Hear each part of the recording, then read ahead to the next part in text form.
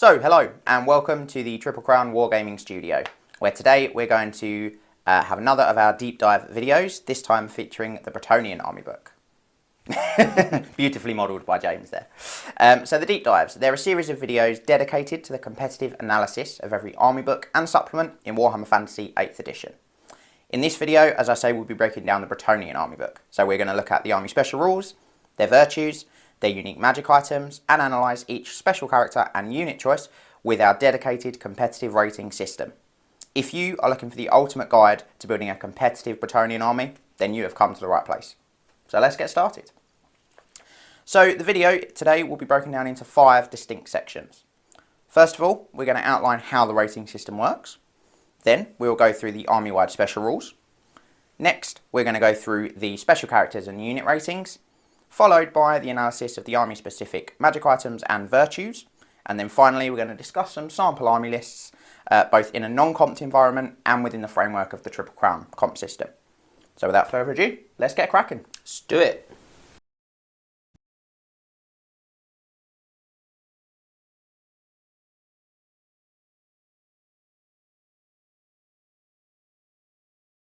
So, here is a brief explanation or recap, if you've seen any of our other deep dive videos, of how the rating system works. And I'm going to be looking at my cheat sheet quite a bit through this bit because it can get a bit wordy, but I want to get it all right. Probably safer to just read it from the cheat sheet, I'm not going to lie. So first of all, we divide every unit in the army book into their battlefield roles. This creates a system that accurately represents how competitive a unit is at its job. Just because a unit won't kill 50 models in a game doesn't mean it isn't competitive.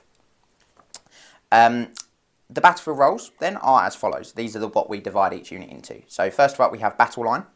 These are the regiments that form the sort of fighting line of your army. Then we have flanking, the shock units that you use for hitting enemies in the flanks in support of your battle line units. Ranged units, the units that offer you that dedicated shooting threat. Chaff units, the units you use for hitting lone targets like war machines, or for sacrificing for battlefield advantage. Support units, those sort of uniquely Warhammer units that offer sort of buffs or damage unlike anything else. And then finally characters, what it says on the tin, really. There are 15 different criteria for scoring, however each of the battlefield roles are scored on the 6 criteria which are most relevant for their role. We will outline which criteria are used for each battlefield role, and the full details of how each criteria is broken down for scoring can be found on the ratings page of triplecrownwargaming.com. You can also find a link for that below the video. It's pretty in-depth stuff, but it is worth checking out to sort of give you a better idea of what we think makes a unit competitive. Yeah. Each criteria is worth up to 4 points, giving you a total of 24 for each unit. The higher the number, the more competitive it is at its job. And the criteria for each battlefield role are as follows. Battle line units, they're scored on strength of attacks, number of attacks, special rules, command options, survivability and cost, and you'll be seeing a lot of those last two. Flanking units are scored on strength of attacks, number of attacks, special rules, manoeuvrability this time, again survivability and cost. Ranged units are scored on their threat range, the strength of their shots, the accuracy, versatility, and you guessed it, survivability and cost. Chaff units are scored on manoeuvrability, number of attacks, special rules, the slot they come from, and their survivability and their cost. Support units are scored on manoeuvrability, special rules, synergy, risk, survivability and cost. And finally characters are scored on their output, their special rules, their synergy, their risk, their survivability and their cost. A handy tip though in general is if a unit scores more than sort of 17 or 18, then it's a pretty strong choice. It's a good choice if it's going up into those brackets. Yeah. It's just because it's a good choice. It's a good choice at its job, I suppose we should say. It's probably a fairer. A lot of that cheat sheet was wrote by me, and I'm not helping you out with that. But yeah, it's a good choice at its job. I think it's probably the best way of putting it. Yeah. But with that out of the way, let's get on to the special rules.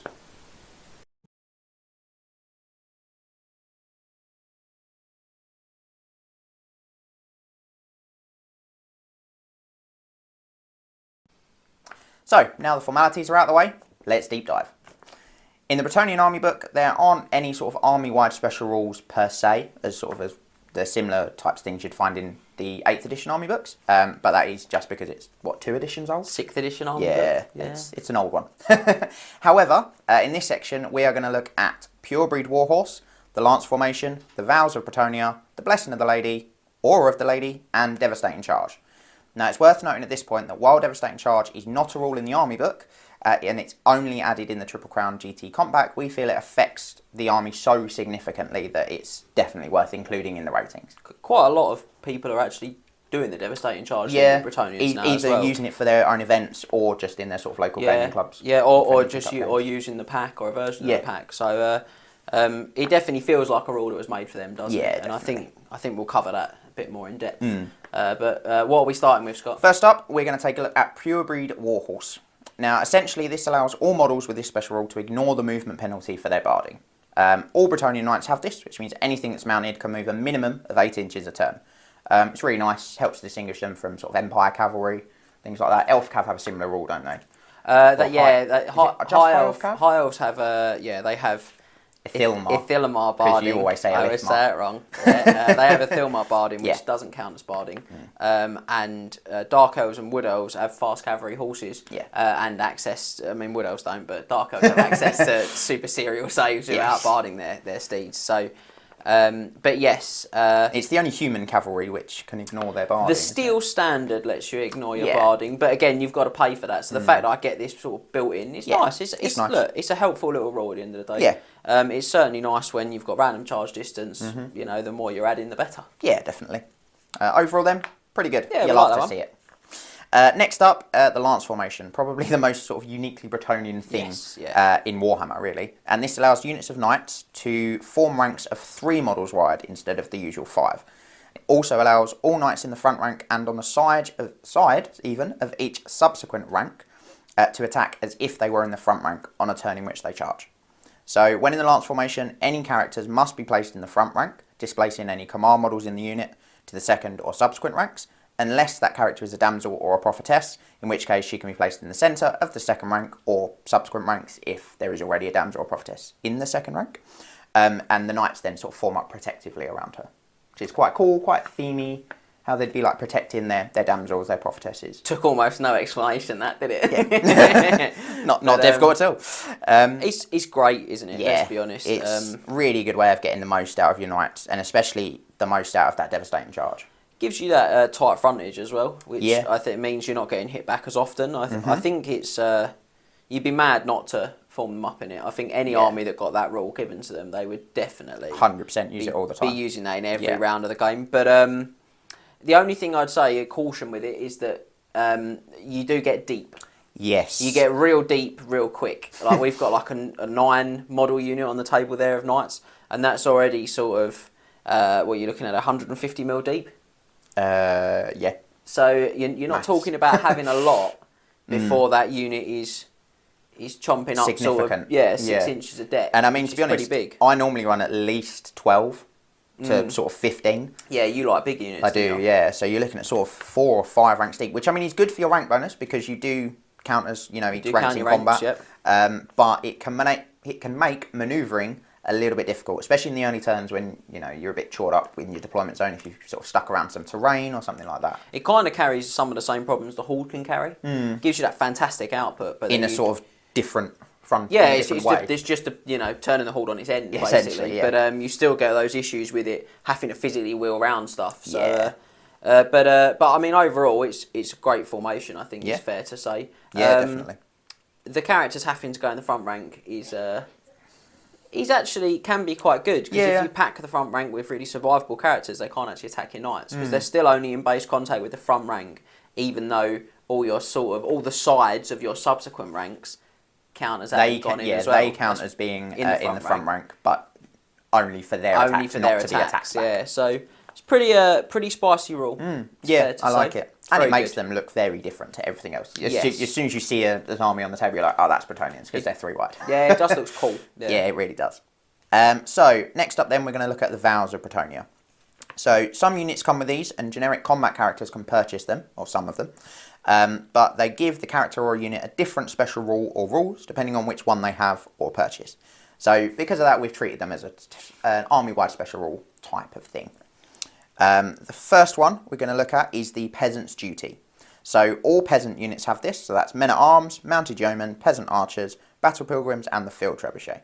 and it allows any unit with this rule to use the leadership value of any knight unit which isn't fleeing within 6, and any standard on units with this vow don't confer additional victory points at the end of the game.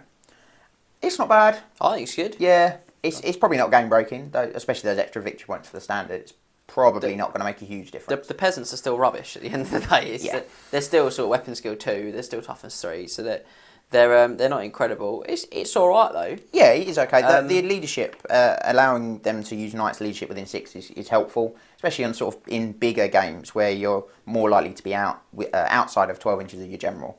You've got those big deep units as well, it's worth saying, if you're using the lances, the longer lances like you do. So it's 6 inch of any knight unit. It's not got to be the front or any particular. It's, does the 6 inch bubble touch a knight? Congratulations, you can use his leadership. So yes, I think that's good. I do like that a lot. Yeah, definitely. So the second vow we're going to look at is the Knight's vow. And Knights Errant, Knights of the Realm, Pegasus Knights, Bretonnian Lords and Paladins all come with this as standard. So this allows units to ignore panic tests caused by models with the Peasant's Duty, as the Knights look on in disgust at the dirty peasants who need a bath. Dirty peasants, I feel, is going to become the tagline of this video for you. Yeah, that's it. Essentially, it's pretty good. It means your mounted yeomen, which are one of your better chaff choices, especially in my opinion, aren't going to cause your big units to flee if they run through them or things like that, which is really helpful. If, I don't know, your field trebuchet decides to misfire and kill the last of its crew or just completely destroy itself, it means your knights aren't going to run away from it, which it can be helpful. Yeah, I think overall this one is it's a bit of a nothing. Yeah, it's nice to have, but you wouldn't pay for it if you had the choice. No, and you're not, and you are paying for it on. There's definitely something included in the points cost for it, and it's really not worth. It's really not worth a lot, I think, is fair to say. Yeah, and it's also worth saying that obviously you have to be within 6 to cause a panic test on a friendly unit. And if the peasants are within 6, they use the knight's leadership, which at worst is going to be a 7. Very possibly higher if you've got a character in there or if they're a better knight. It's okay. It's just a nothing to me. Yeah. You've got it. Congratulations. It's just, don't write home to your mum about it. She'll be disappointed. Moving on then to the questing vow, and unsurprisingly, questing knights come with this. And again, Bretonnian lords and paladins can purchase it as an upgrade to the knight's vow. If they any unit with this, it's also worth saying if Bretonnian lords and paladins do take this, they can't take a lance anymore. Yes. And they have to take. Then that's either magical or mundane lance, but they can take a great weapon. So they could stick with their hand weapon or a magical hand weapon, but it gives them the option of taking a great weapon. I don't know if you're going to cover it, but I'm going to jump you. I'm going to dive ahead, if you will, for deep diving. But if you want your lord or paladin to join a unit of questing knights, they need to have this vow. They can't just stick with a knight's vow. The vows are like a tiered system. Yes. So you're going to need at least a questing vow or better if you want to join a unit of questing knights. I was going to cover it, so now I've got to skip over the next sentence in my script. Gazumped. So models with the questing vow then can ignore panic tests caused by models with the peasant's duty, exactly the same as the knight's vow. Plus, they can re-roll any failed psychology tests and, as James has just said, may not be joined by characters with the knight's vow. So essentially, you need the questing vow or greater. So psychology tests will have been updated now Yes. to fear, terror, and panic tests. Yeah. So just so we're absolutely clear of everyone at home, if you aren't familiar with that older vernacular, it's just a 6th edition. It's just a 6th edition term. Yeah. So they can reroll fear, terror, and panic, and then they get the benefits of the knight's vow as well. Better. Yeah. Again, I think.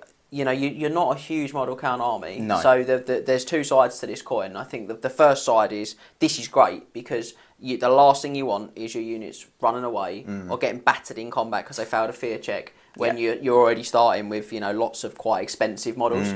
The flip is, because you're quite a low model count, you're probably going to be near your general. You're probably going to be near your battle standard bearer. Yeah. You're probably not actually going to use this rule. Not really, no. So...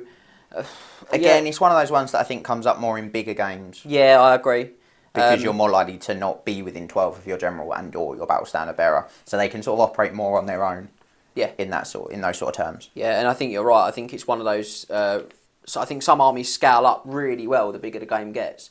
I often find the sort of the armies that people see as more competitive, if you like, lower points values, they're really good. But when you start scaling up, they don't really get any better. They're plateaued. Whereas armies like Bretonnians, they're rules like this that you probably don't use a lot of the time. They start but you're still paying for it. It's worth mentioning. Yeah, as well. That's it. But they start to come into play then. Yeah. So better, but probably still not good. Yeah.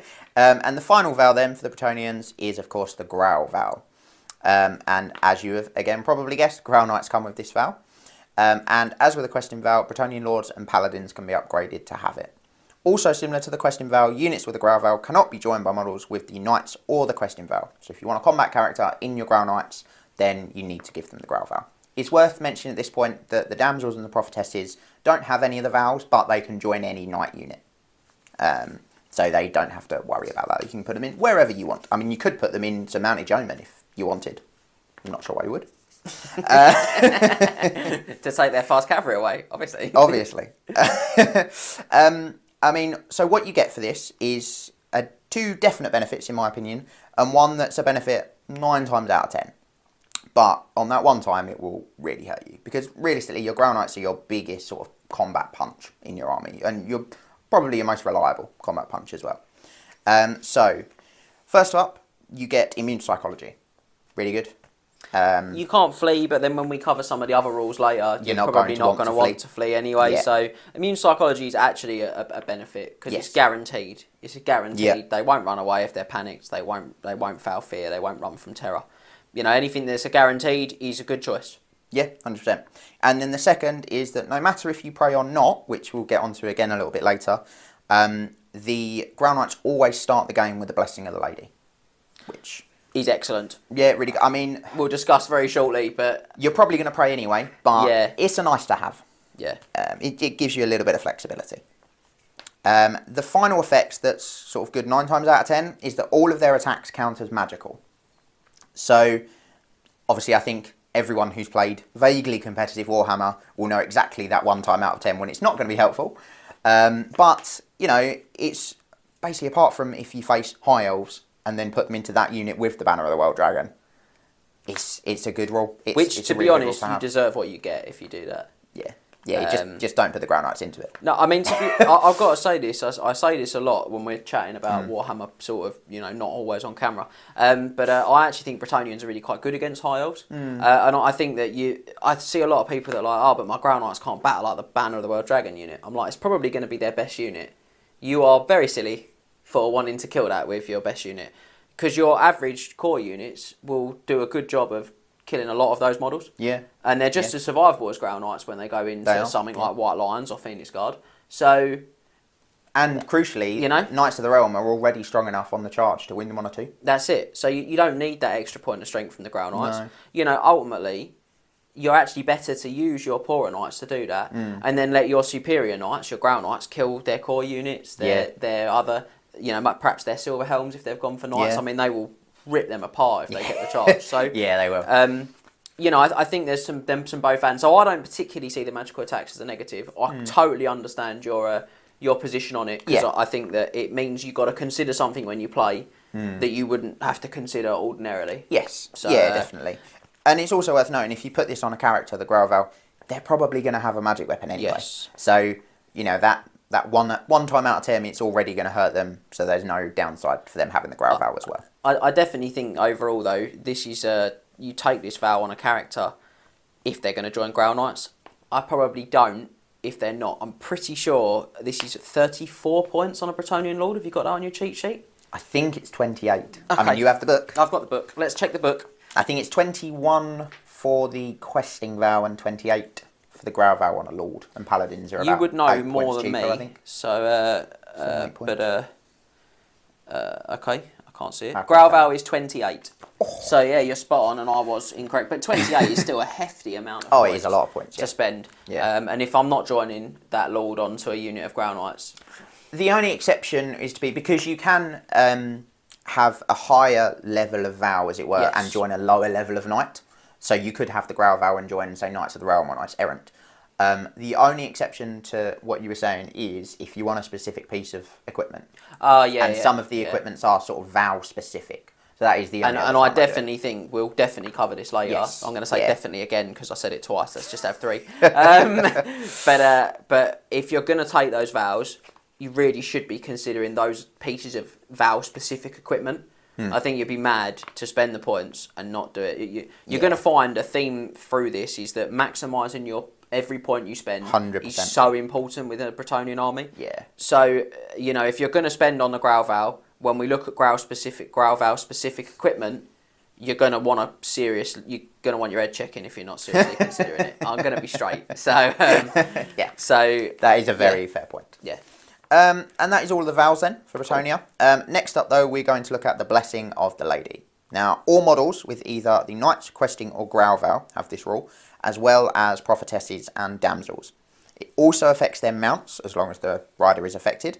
It can get a bit wordy, but I'll try to make it really simple. And again, I'm going to sort of read this word for word off of my cheat sheet so I don't miss anything out.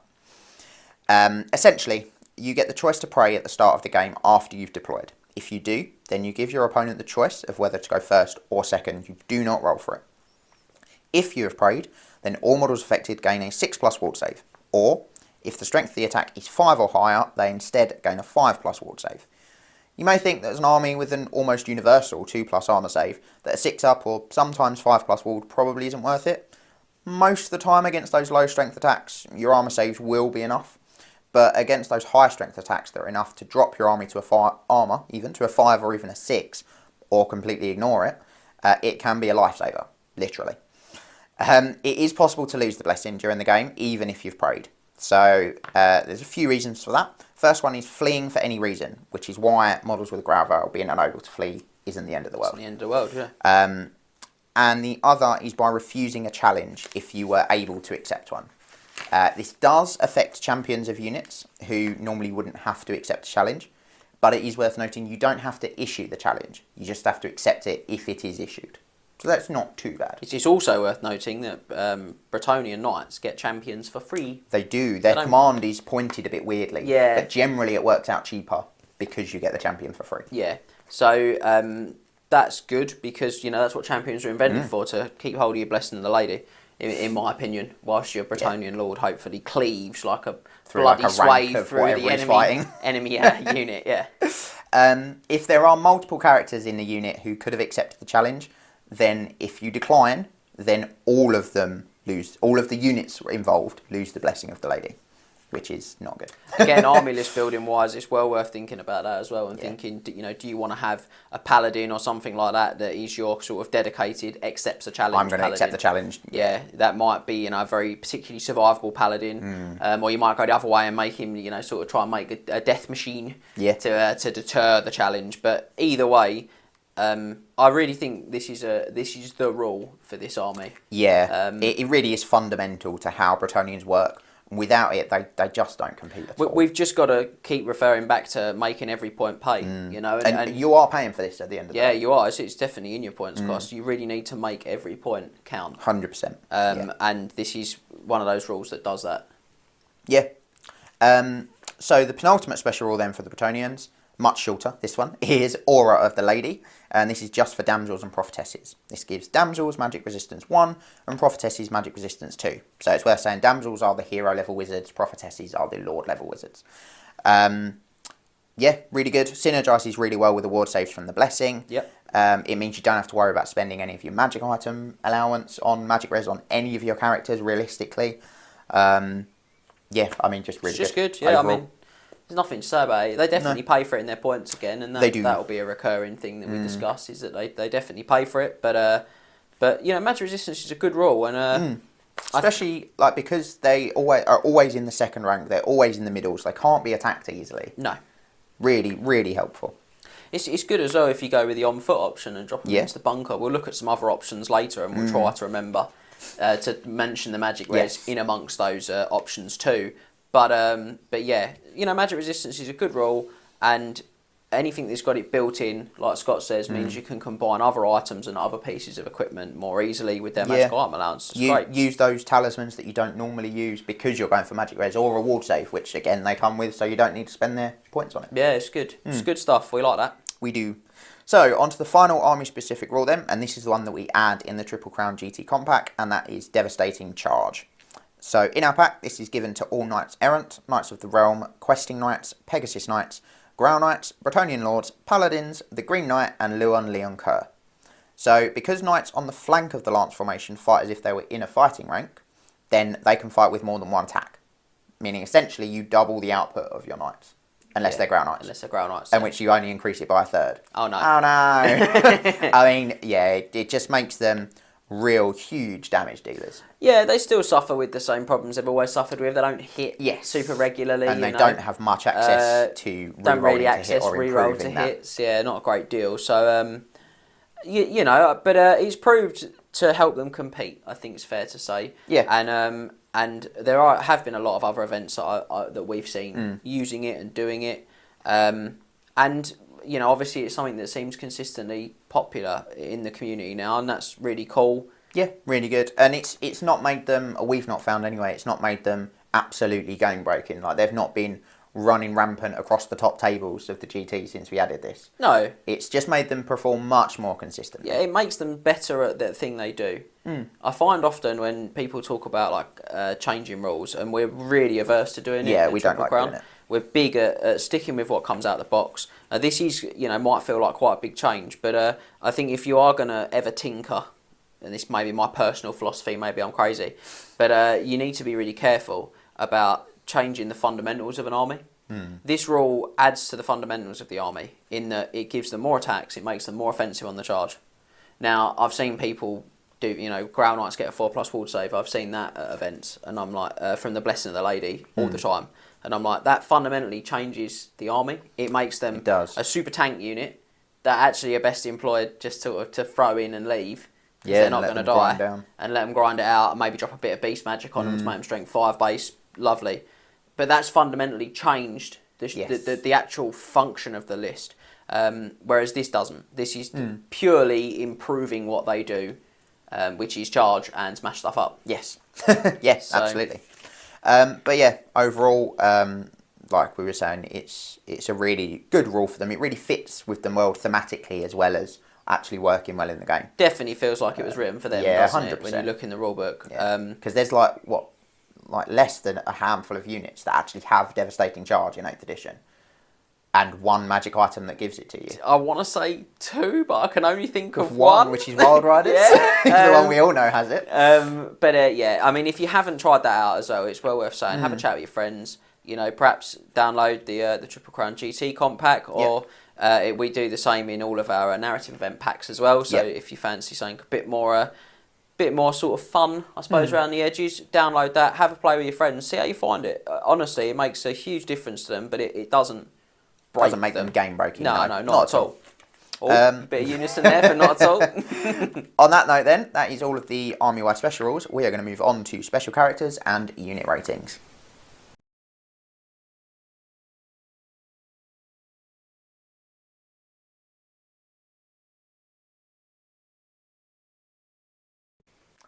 So, on to the special characters and unit ratings then. First of all, I'm going to address the elephant in the room. Now that is generic character profiles. When putting together a system of rating choices in Warhammer that actually has value, it's incredibly difficult to do this for generic characters. So units like the Bretonnian Lord or the Paladin, they've got so many options that undoubtedly the choices you make when you build your list will make a difference as to how competitive they are. So during the deep dive, we won't be covering those generic characters. However, we have devised a way for you to get a rating for yourself, for your own characters and your own builds. And that is, you can go to the ratings page on triplecrownwargaming.com, and again, there'll be a link below this video. And you can put your character with your build and your magic items through the rating system and through the sort of categories and give them a score, and then you can compare them to the other special characters that we will go through here. So that's to use the rating system that we use for special characters. Yes, basically. Alternatively, you can send them through to us. You can email them over to us. You can go onto Facebook, Instagram, Twitter, whatever it is, and then we will rate them for you, and we'll probably feature them on This Month in Warhammer. Yeah, try and feature them in the video. We do get quite a few. We do. We will try and do that. We also have the competitive character series on our snippet section as well, which you'll find a variety even. That's the word. That's the word. A variety of characters on that series. Now, at the time of recording this, we haven't got any Bretonnians on there at the very second, but we will in the future have competitive character series for them. We will. So, with that out of the way, we are going to divide those army book units into their respective categories and give them their competitive score. Remember, if we feel a unit could be used in multiple categories, we will put it into multiple. So just because it might be in battle line doesn't mean it won't appear in flanking, for example. So, speaking of battle line, we have for the Bretonnians Men-at-Arms, Knights of the Realm, Knights Errant, Questing Knights, and the Grail Relique with Battle Pilgrims. So first up then, Men-at-Arms, which come in with a competitive rating of just 8 out of 24. Ooh. Yeah, we get there with a score of 2 for strength of attacks, thanks to their halberds. Yeah. 1 for number of attacks, 1 for special rules, 2 for command options, 0 for survivability, and 2 for cost. It is worth noting here, when we say a 0 for survivability, that sort of means an average. They're averagely survivable. So you have to be either a little bit tougher or a little bit better than a normal sort of. I think it's better than a 5+ armor save. Yeah, 5+ to actually toughness score a point in survivability. But if you're if you're that, like you said, toughness 3 with a 5+ save, you're going to score 0. Yeah. It's not that you're not. It's not that you just fall over when they're deployed. It's probably although they generally do. Although they do, basically. But yeah, I mean, really, for the Men-at-Arms, there's nothing really to write home about here. The strength was all right with their halberds. One of the few blocks you can build in your army, infantry blocks. So yeah, they need the list built around them, really. 100%. You put a lot in, don't you? The lack of option for Magic Banner hurts them. Yes. Be nice if they. I mean, I understand why. I mean, it makes no sense. No, but yeah, but it would be nice. It would be nice, wouldn't it? Yeah.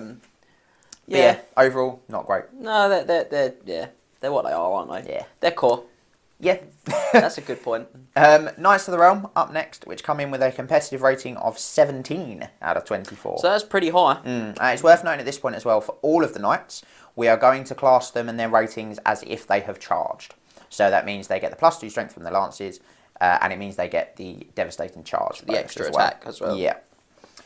So we get to their score of 17 with 3 for strength of attacks, 3 for number of attacks, again thanks to that devastating charge, 3 for special rules, 3 for command options, 3 for survivability, and 2 for cost. Well, 3's everywhere, basically, across the board. Yeah, basically across the board. Very, very solid in that sort of battle line role. Although, again, it is worth pointing out that he's on their first turn of charging. Yeah. If that's a subsequent round, you can knock 2 off of their strength of attacks and 1 off of their number of attacks, so they do go down to a 14. Yeah. Which is... pretty average. Yeah, much more average. Most sort of middle of the road units hit around a 14. Their survivability. No, their survivability really helps them sort of pluck that up. Yeah. So Knights Errant next then, with a competitive rating of also 17 out of 24.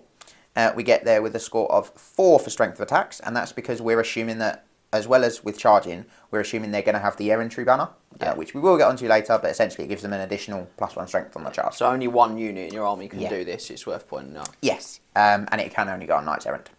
Back to their ratings then. So it's 4 for strength of attacks, 3 for number of attacks, 2 for special rules, 3 for command options, 3 for survivability, and 2 for cost. I think there's definitely an argument that these guys could be a 3 for cost with that banner, making them sort of strength 6 on the charge, which is a big hitting, it's a very nice number to be at. But you do have to invest a lot of points in them to sort of, because you want a paladin, and you want a paladin in there really as well with the virtue of the impetuous knight, which again we'll get onto later, to really sort of make them sing. Yeah, which is not cheap.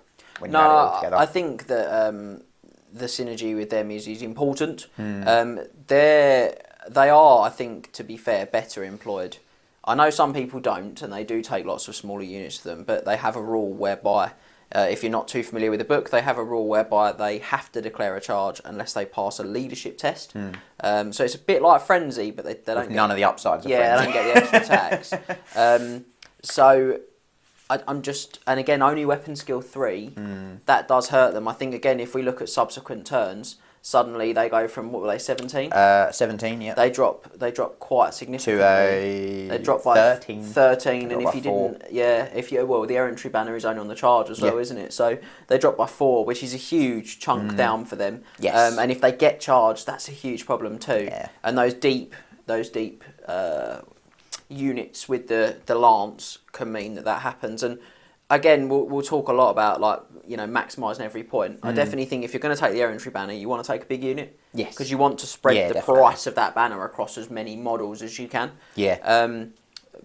But yeah, certainly, I think for me they are a bit like you. I think they're a bit of a one unit choice. Whereas with maybe Knights of the Realm, I would be tempted to take little units. It is much more tempting. Spam them, if you will, a little bit. Although, you know, cheap. I do see people do it because they say Knights Errant are cheap. I think they're crazy because I wouldn't pass enough of those leadership tests. I'll tell you who's not here who definitely wouldn't pass enough of those leadership tests is Max, the Chieftain Hurley. He's scared of those leadership He would guys. fail all of those tests. But yeah, I mean, Knights Errant, I think they're a staple. You'd expect to see them in your army, and if you're not taking them, you need to ask yourself why you're not taking one unit of them. Speaking of the book, do you want to take up Max's position as he's not here? I will. I'll have pick up the book. I'll hold it like this until such times as I need to open it. But yeah, moving on then. Questing Knights. Next, coming in with another 17 out of 24. Okay. So they have a 4 for strength of attacks, thanks to those great weapons. 3 for number of attacks. 3 for special rules. 4 for command options. 2 for survivability. And 1 for cost. Yeah. So they are a bit less survivable than the other knights that we've just looked at because they can't use their shielding in combat, essentially. So they've got a 2 up on the way in, but they've only got a 3 up when they're on the way combat. to combat. They are just as survivable. The trouble is that when you're a knight with a good armour save, you probably don't die on the way in all that often. Most of the time, the death occurs when you're trying to mix it. Yes. And when you're striking last and you've suddenly only got a 3 up armour save, you know, things like strength 4 become the real bane of a questing knight. Yeah. That's a really dangerous place for him to get himself involved in. It's not strong enough to give you the better ward save. Doesn't trip your good ward save. Puts you down to a 4+ armour save. So 50% of the time, you fail every time. So, yeah, not good. And again, when we look at those points, 28 points a model. Yeah, they are not cheap. Now, again, I think the Empire fans at home will probably crucify me for this. And I don't, as you can see, have an Empire book to hand. But I think a Knights of the Inner Circle is 25. And I think they pay nothing to exchange to a great weapon. It's a free swap, isn't it? Yeah, and so 3 points less, I get a 2 up armour save all of the time because I've got full plate armour, not just on the way in. I'm core. So, you know, I don't get the pure breed and I don't get the ward save, but I'll be honest, if you said to me you can save 3 points and be core, I mean, they're just not worth 28 points. No. I want them to be, but they're just not.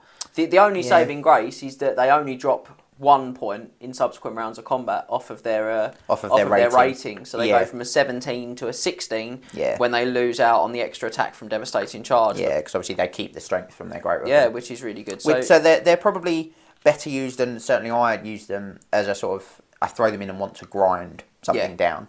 I'm not expecting them to punch through. And for that reason, I don't put them in the lance formation. No, I don't either. I've seen people do it, and maybe that is where I'm using them. Or I could improve on using them because I generally don't get that much out of them. I think they're probably my 4th choice of knight. I think that, and this would just be my hot take on the tactics of questing knights. So I might be wrong. I haven't used them extensively, but I'd form them up in the lance at the start of the game, and I would charge them in the lance, and then actually I would reform them into a standardised formation, maybe 6x2, and. I think this is something that generally a lot of Warhammer players are guilty of, and I've certainly am, and I know you are from time to time, is you don't think mid-game, but if I change the formation of my regiment, could I get a big advantage? I think Questing Knights are a shining example of when changing the formation of a regiment has a huge impact on its ability. Because on the charging turn, you're much better to be in that lance because you're limiting the volume of attacks back. Yep. Once you've got over that hump, though, if you're still in the combat, which, you know, these guys probably will be, that reform to width is really good. It also gives you more attacks from devastating charge. If you are 4 ranks deep. It does. It will give you 3... Yeah, it'll give you 9 more attacks as opposed to 5. So that's definitely that's definitely hot right now, I'd say. Yeah. I also think that when we won't discuss laws of magic. Bretonnians don't have any specific Bretonnian laws of magic, so we won't really sort of cover too much on magic. But I think if you're going to take these guys, I'd really consider Law of Life in particular as your go-to law, because making them tougher, giving them the ability to grind out better, grow the wounds back. Yeah, that they are going to be probably the best unit in your army to benefit from that. I know people will say, but Grail Knights, no, because these guys are strength 6 in every round. Yes. I want to grind with that unit. Yeah, definitely. On to the last then of the battle line units for Bretonnians, and that is the Grail Relique or Reliquae, however that is pronounced. Apologies if you are French. With the Battle Pilgrims, and that comes in with a competitive rating of 11 out of 24. So we're back to the infantry here. So they get a score of 1 for strength of attacks, 1 for number of attacks, 3 for special rules, 2 for command options, 2 for survivability, and 2 for cost. I don't think you really see these guys very often, and I'm not sure why. Well, I mean, 11 might tell you why, I suppose. But you compare them to sort of men-at-arms, which you see more often, I agree. the men-at-arms are core, which does help. I think one of the things with the Reliquae is that like you say, it's a special choice. I think that hurts it. Yeah. I think a lot of people just don't have the models. I mean, I genuinely, that does play a part in why things don't get selected by people. It is worth also pointing out, I've just seen it on the Reliquae, we remove the limits in Triple Crown. We do. 0 to 1 limits on Pegasus Knights, Grail Reliques and Grail Knights. Yeah. So we do remove those. Now again, you might want to do that with your friends, you might not. If you're playing Triple Crown events, you will see that as an option. Just as a slip point before I forget it. But yes. Also, while we're on that, another slight change we make in the Triple Crown is that we allow the BSB to take mundane. Mundane equipment, because everyone else's can. Yeah. So he can just take a shield and a lance, basically. Yeah. Which he couldn't take in this book. Obviously, it won't come up in the ratings because we don't do generic characters, but I thought it was worth noting as we were touching on. Yeah, I think we'll touch it on the magical items as well, probably. Yeah. We'll probably cover some of that. But so back to the Grail Relique with Battle Pilgrim. So I like this. I think it's one of the few units in your book that really dedicatedly hold stuff in place. Yeah. So they're stubborn, which is really cool. But they've got Peasant's Duty, so they can use that Knight's leadership, which is cheeky nice. They're actually leadership 8 as well, basic. It's worth pointing that out because of the. They're better than some of the Knights, don't they? Because of the Grail Reliquae itself. They also have Hatred, which again, they're only strength 3. Yeah, and weapon skill 2 hurts, but I have seen them used with Law of Beasts with a bit of Wissons. That's pretty spicy. They have the blessing as well. They get the blessing of the lady, which means they get that ward save if you pray, which really helps. They're one of the few units you can put on the table that is dedicatedly tough, and you can rely on, reasonably consistently to pin something in place. Yeah. So I do think they get a little bit of a bad rap, but I think when we go back to the mantra of the book of making every point count, these are a special choice, and these are all points that I would be spending on other good units that will, when we discuss the power of some of the other units in this book, you're probably going to find that there isn't enough left over to get any of these I do guys always in. find that. I do think, I want a unit of, the Grail Relique and 24 or 30 Battle Pilgrims. And then I write the list and go, I've got 7 points to spend. Yeah. So we like them, but unfortunately, they're probably going to appear more in bigger games. Yes. Yeah. Well, with the battle line units out of the way, let's ride through the ranks of the enemies of the lady. You're having a good day of those little flips of your lips today, aren't you? So, the flanking units for the Bretonnians then. Most of these we have already classed as battle lines, so they're going to appear again, but rated slightly differently, so they may score differently. But the flanking units are Knights Errant, Knights of the Realm, and Questing Knights again, Pegasus Knights, and Grail Knights this time. So, starting off with the Knights Errant, and they score exactly the same as in their battle line roll, which is a 17. Again, we've assumed they've got the Errantry banner. So they've got the scores of 4 for strength of attacks, 3 for number of attacks, 2 for special rules, 3 for command options, 3 for survivability even, and 2 for cost. It's not really a lot to say. Really. Ultimately, I think in this book there's a little bit of interchangeability between battle line and flanking, in that you know, most of what you've got really would be traditionally a flanking unit. Yeah. Knights are traditionally flanking units. But because it makes up such a large proportion of your army, you've got to use them as battle line as well. So it's not a huge surprise. They are relatively manoeuvrable because of the pure breed warhorse. I mean, they're still a good choice. If you can get them in the side of something, which is obviously, you know, why flanking units are called flanking, then, they're really spicy there. That's yeah, they are. Yeah, they're good there. But not really anything more to add than what we added in the first section. Not really, no. So, Knights of the Realm next. Similar story here, really. Score exactly the same, 17 out of 24. We get there with a score of 3 for strength of attacks, 3 for number of attacks, 3 for special rules, 3 for manoeuvrability, 3 for survivability, and 2 for cost. Again, as we said, the Knights Errant, just as good in that battle line role as the flanking role. Because you sort of have to use them. Yeah, same story as well. If they get bogged down, that score, that rating drops like a stone. So it's well worth considering that when you're looking at your units, and it might be that you actually put multiple into one place. Yeah, That's probably the best way to avoid the bogging effect is just put so much in there that you know there's nothing left. Yes. So the Cresting Knights. So these do actually score a little bit differently in the flanking role. They score just 16 out of 24. Okay. So we get there with a score of 4 for strength of attacks, 3 for number of attacks, 3 for special rules, 3 for manoeuvrability, 2 for survivability, and 1 for cost. So yeah, a very slightly lower score in their flanking role. It just shows that, I think this shows that you don't actually have to do the charging with these guys. No, I think they're much better as a battle line unit. I think we discussed that earlier. Yeah. I think this just goes to prove that they're much better as a battle line unit. Again, they're much... whenever I have used these, if I can charge, I will. If I can't, I'll reform them up into that block shape and stick them like a couple of inches in front of an enemy unit and be like, whenever you're ready. Yeah. Exactly. Yeah, no, I think we're not really much to add on them. Not really, no. So, new entry up next in the Pegasus Knights. So these come in with a competitive rating of 17 out of 24. So we get there with a score of 3 for strength of attacks, 4 for number of attacks, 3 for special rules, 4 for manoeuvrability thanks to that fly, 2 for survivability, and 1 for cost. I mean, really, their fly is the only reason to take these guys. Yeah, the fly is what they're about. Yeah. If we're being honest, the 2 wounds is a huge problem for these guys. It really is. What did they score for cost? 1.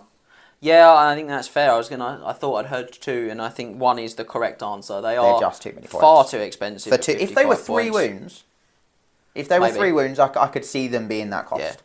Yeah. But 2 wounds, no. Although I say that I did get charged by 4 of them with 6 ogre balls, and we were there for like 7 rounds of combat. Yeah, but I mean, no one could kill anyone. 4 cavalry, 4 monstrous cavalry charging 6 ogre balls. I think that's a damn indictment of the poorness of that monstrous cavalry. I would be all over the monstrous cavalry winning that matchup. And they've only got a 3+ armor save all the time because the Pegasus can't be barded, which I don't really get, I'll be honest. I think one of the other problems is when you have Pegasus heroes in your book and Pegasus lords, and they are 3 wound Pegasus. Yeah, and there's a big X-howl there from me because I fail to see why I'm spending my special allowance on these guys. Yeah. But maybe maybe people can post in the comment section why they found them so good. I mean, they're decent War Machine hunters because they get over there quick. Better than Mounted Yeomen because they will kill War Machine crew when they get there. Mounted Yeomen probably won't. Horses might. The horses are more likely to than the actual guys on top. But I mean, they're what 55, 165 points. Yeah, for a War Machine hunter. And you know what isn't a paladin on a Pegasus? Yeah. He's a lot less than that, and he's about 120, maybe 2 plus some upgrades, I think. Yeah, I mean, again, he's going to have a better armor save. He's going to not be a million miles off on the wounds. He's got 3, they've got 6. Okay, they've got double, but he's got a much smaller footprint. Yeah, that makes him much easier to get in and out of those places you want. Yeah, definitely.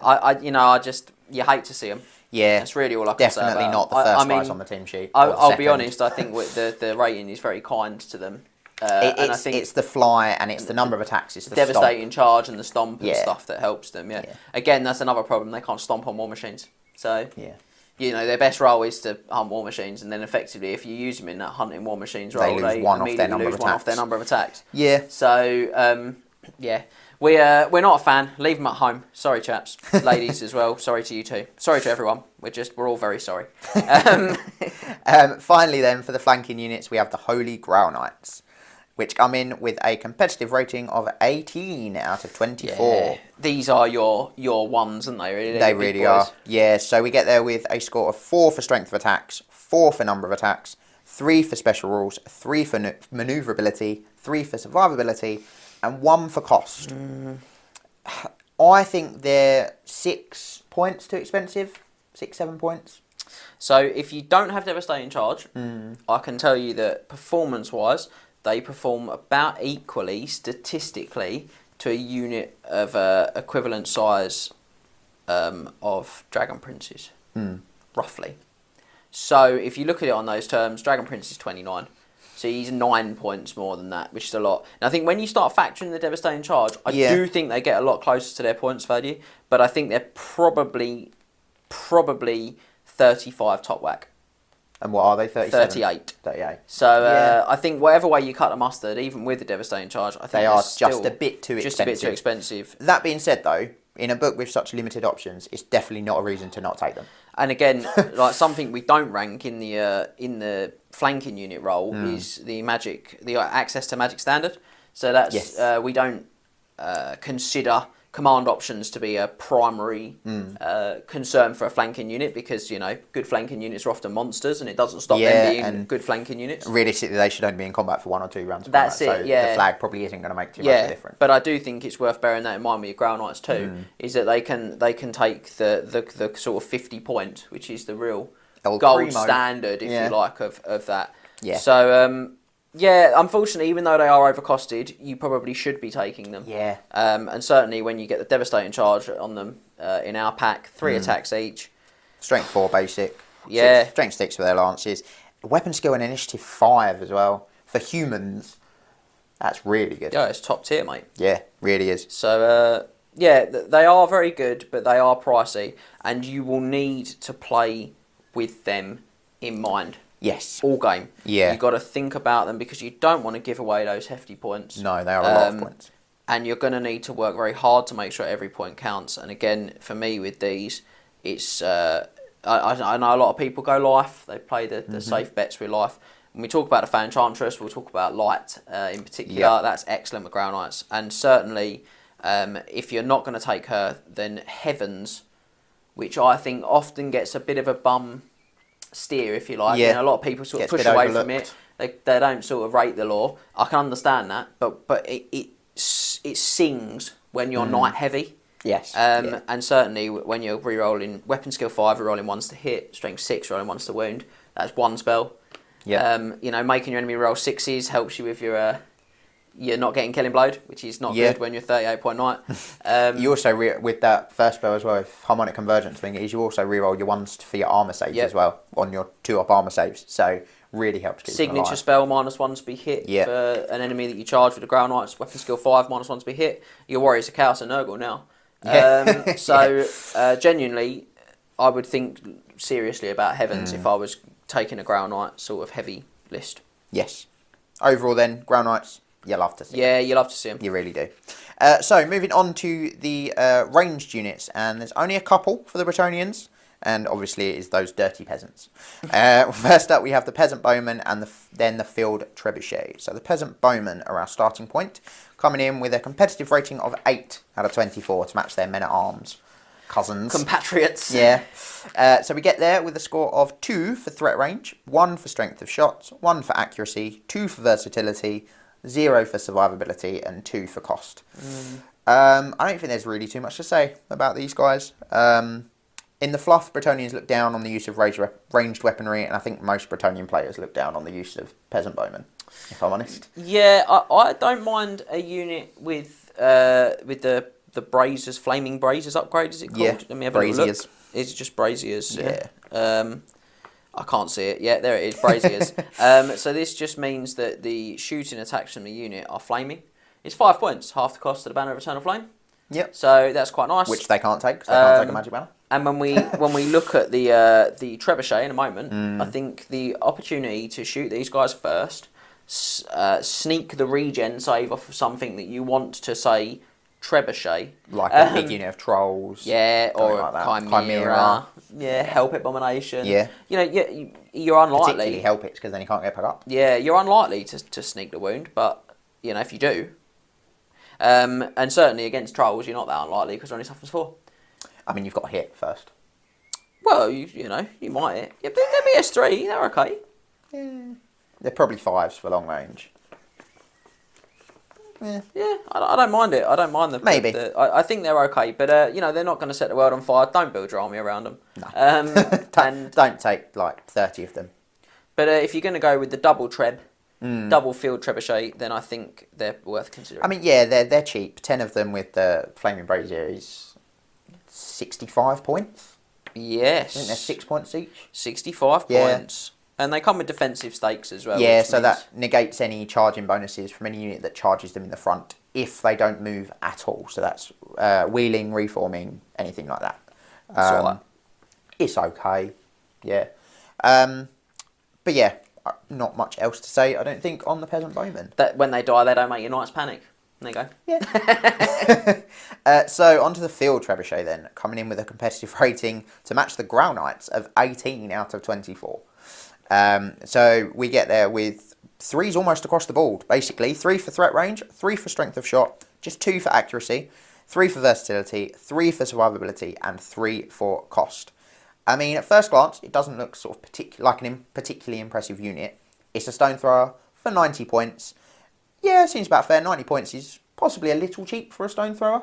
A sort of standard stone thrower. And then you actually look at it and go, okay, well, their shots are strength 10 under the hull, not strength 9. The rest of the blast is strength 5, not strength 3. And they've got a 4th wound. Yeah, because crewmen are wounds in 8th edition. Yeah. And this has 4 peasants crewing it. Yes, it does. I mean, it's the fact that the strength 10 over strength 9 is nice, but probably won't make a huge difference. The strength 5 on the blast over strength 3 is phenomenal. Yeah, it's huge. They're just killing elves on 2s. And the other thing you got to bear in mind is that you want to make sure that you're going into as small a sized enemy unit as possible when you're charging your knights. Yeah. So when you can put a template down and hit maybe 10 or 15 models, and we're giving an unpleasant scatter on that first one on the 10. Yeah. And it's strength 5. It's just tearing through. Everything's got to be scared of that. Even toughness 4. Even enemy sort of warriors of chaos. Box. Yeah. You go, okay, yeah, I've got my chaos armor and a shield, but you win me on a 3 and I've only got 5 up save. You got to think, if you hit 12 with 1 trebuchet shot, we're just assuming it's all strength 5, even though 1 under the hull is just dead on Probably the 2. just dead. Yeah. So just for easiness sakes, you hit 12 guys, you're going to wound 8 of them, and then they're going to foul, 6, 5? 5 or 6 of those saves. That's not bad. For 90 points, you've just killed 5 warriors of chaos. Well, you've killed its points in one shot. That's, what, about 100? At least 100, 110-ish points. So, I mean, that's solid. And then you got a second one, probably. Yeah, and you might not fight warriors of chaos, but the principle stands elves, the same. It's phenomenal against elves. Yeah, very good against elves. It ignores basically all the armour they've got unless it's heavily armoured cav. You hit so many because they're on 20 mil bases, so you hit more. You kill them on 2s, not 3s. Yeah, phenomenal. Yeah, very good. Field Trebuchet is probably the best stone thrower in the game. Yeah. And when you look at, because it's got that 90-point tag, which is just, I mean, I would. You've given it a 3 for cost. I have, yeah. Oh, I'd go further. I'd say it's 4. It's just blatantly undercosted. I just think it's blatantly undercosted. So for me, I'd have given this a 19. I think the fact that it does still, it's not as accurate as it could be. Like, it just fires like a stone thrower, so there is that possibility that you just miss all game. Yeah. Yeah. For me, is why it's not so. Same points as the Screaming Skull, though. That is flaming and magical, but it's only strength 9 and 3. And 3, yeah. Not 5 and 10. Yeah. Not 10 and 5, rather. It doesn't have that 4th wound. Yeah. And in, I don't know. I mean, that's, you guys at home can decide if you think we've got that 3 for its cost, right? Which is not that it's the right cost, but it's very exploitable in game. Is what 3 means. I think why I put it at a 3 was just because you can get 2 in 2,500 points. You can get 2 and still get 10 Grail Knights with a standard and a magician. That's why it's exploitable. Yeah. So either way, it's really good choice. Yeah. Yeah, it really is. So that was it for the range units then. But if you are looking to get the most out of your big lances of knights, then you will need some chaff units, which is what we're going to move on to next. So for those, we've got Knights of the Realm again, and Questing Knights again, as well as Mounted Yeomen and Peasant Bowmen with Skirmish. Okay. So first up, we are looking at Knights of the Realm. Oh, let me get my book moving. So they have a competitive rating of 18 out of 24 in the chaff roll. They score that with a 3 for manoeuvrability, 3 for number of attacks, 3 for special rules, 4 for slot, because they're core, 3 for survivability, and 2 for cost. Now, when we're looking at knights in a chaff roll, we're assuming a minimum sized unit. Yeah, so we're assuming 5 knights. You have to take units, a unit of Knight of the Realm anyway. You certainly do. They are 1+. And they're core, so you have to spend a quarter of your army on that slot anyway somewhere. So if you want to, say, invest heavily in Knights Errant, or if you want to go with a big block of men-at-arms, but you still have to take those Knights of the Realm, you might as well use them as chaff. If you want to just, get your minimum-sized unit in there. And they're not bad in that role. They're not fast cav, so they're not quite as good as manoeuvring as some other units. Good at killing enemy chaff, though. But they are very good at killing enemy chaff, yeah. And they're surprisingly hard to get rid of. That 2-up armour save, the ward save from the Blessing. I don't mind these guys as chaff, I'll be honest. I think they're not bad in that role. Obviously, it's not their dedicated role. But when your book's quite old, you've got to be creative. Yes. Yeah, you do. You do. I think, again, we're back to getting the most out of every point. And I think they are pretty good. 120 points for 5. Yeah. And you got a champion there as well for nothing. You do. You get that for free.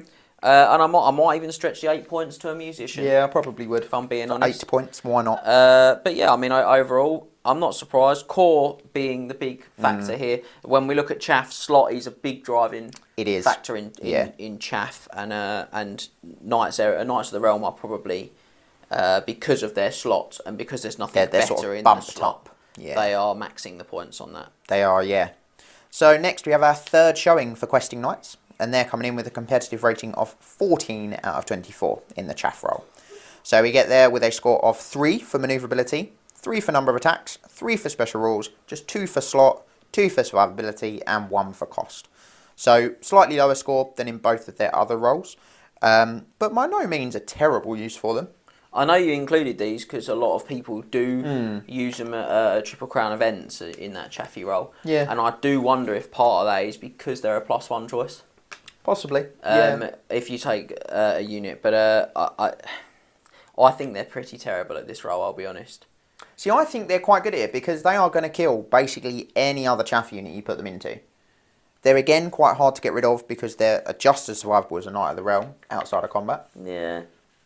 I don't think they're bad. I don't know, but they're not in my core slot. Yeah, that is very true. I haven't got to take them, as part of my minimum must-take points. Yeah. And my Knights of the Realm will probably kill other enemy sort of chaff when I charge with them. So, I don't know, like you say, I suppose they're not chaff that can be charged and forgotten about because they've got strength 6 every round. But I just think that 28-point price tag is too expensive. They are fairly expensive for chaff, yeah. And once you factor the musician in, you're looking at sort of, around 150 points.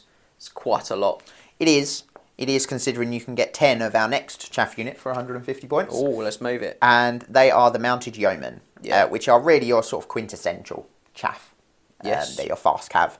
So they come in with a score of just 12 out of 24. That really is let down by their survivability. But we will go into their scores now. So they get a 3 for manoeuvrability, a 3 for number of attacks, thanks to their bows, 2 for special rules, 2 for slot, that's 0 for survivability, and 2 for cost. So their scores make them look pretty bad when compared to the knights that we just looked at. But like I said, that's really mainly down to their survivability, or rather lack of. They've got no armour, so if you want them to remain as fast cav, because you can buy them light armour and a shield. You can buy them light shields, armour. and they could be equipped with light armour. but will no longer count as fast cavalry. Yeah. So if I'm honest, I think there's nothing that says shields. No. Takes that away. So I'd possibly give them, I'd possibly pay the point and give them that shield. So they've got a 5-up save because they're mounted with a shield. Maybe. Just to help them against like bows. I think for a point I probably would. Yeah, maybe. I would buy the musician though, so maybe that's.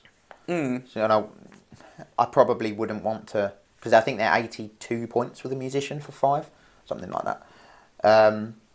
I mean, yeah, if you've got 5 points, I'd stretch to 87. I do think though overall, I'm surprised their scores are 12. I'm not when you break it down. It makes sense. I think they're just hurt by their slot more than anything else. Yeah. If you take any high scoring fast cavalry from a deep dive and drop it out of the core slot and pop it into the special or rare slot, it just gets hurt so badly by that. So they are good. I do think that in general, in the maximising every point, they probably don't make the cut for me. I don't know, because I think they let you maximise your knights points. They do. They let your knights get the charge more often. Yeah, I just don't know if I'd just take the Knights of the Realm as chaff, like we discussed. But I think either way, they're still good fast cavalry. Yeah. There's nothing wrong with them. No. It's just their slot. Yeah, that is all that really lets them down. But finally, for chaff, we have Peasant Bowmen with Skirmish. So these are the same unit we looked at in the range, but you can buy them, I think it's a pointer model. It is a pointer model. And they gain the Skirmisher special rule, but lose their defensive stakes. They do. So they come in with a competitive rating of 10 out of 24, so better than as bowmen in the ranged slot. But we get there with a score of 2 for manoeuvrability, 2 for number of attacks, 1 for special rules, 4 for slot, again because they're core, 0 for survivability, and a 1 for cost.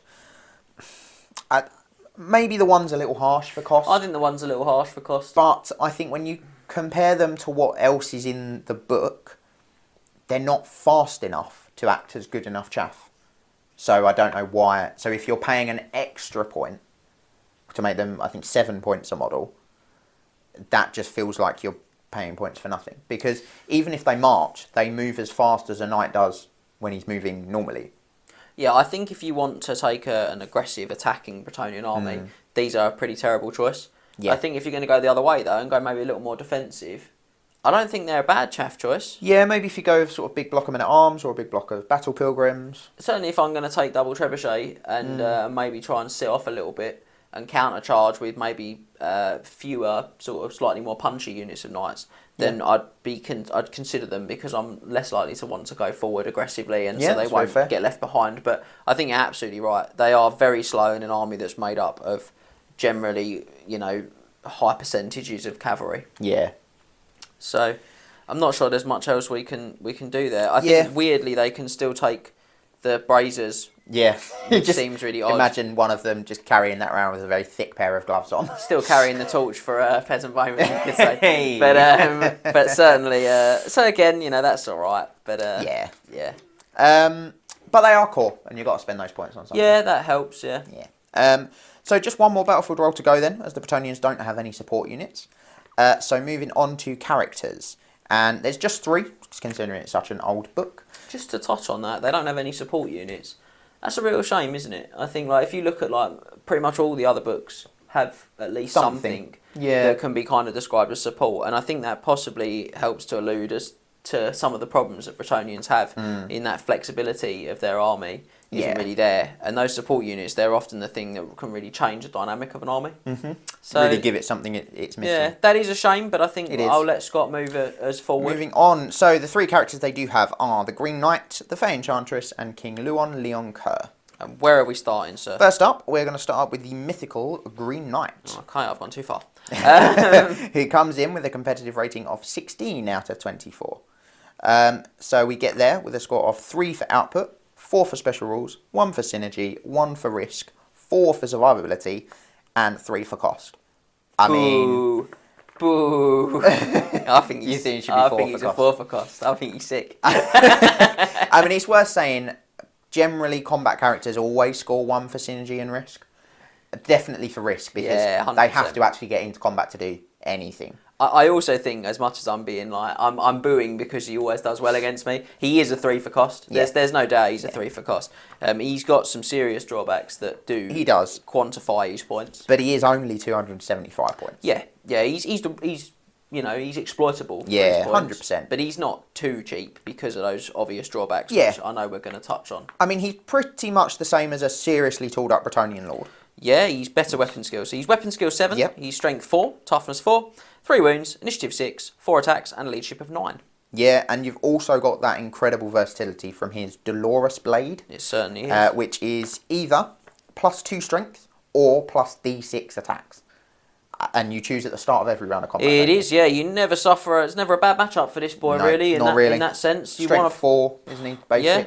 So he's either strength 6 with 4 attacks. 5 if he's in Triple Crown pack with Devastating Charge. Or strength 4 with up to 11 attacks on the charge. Yeah.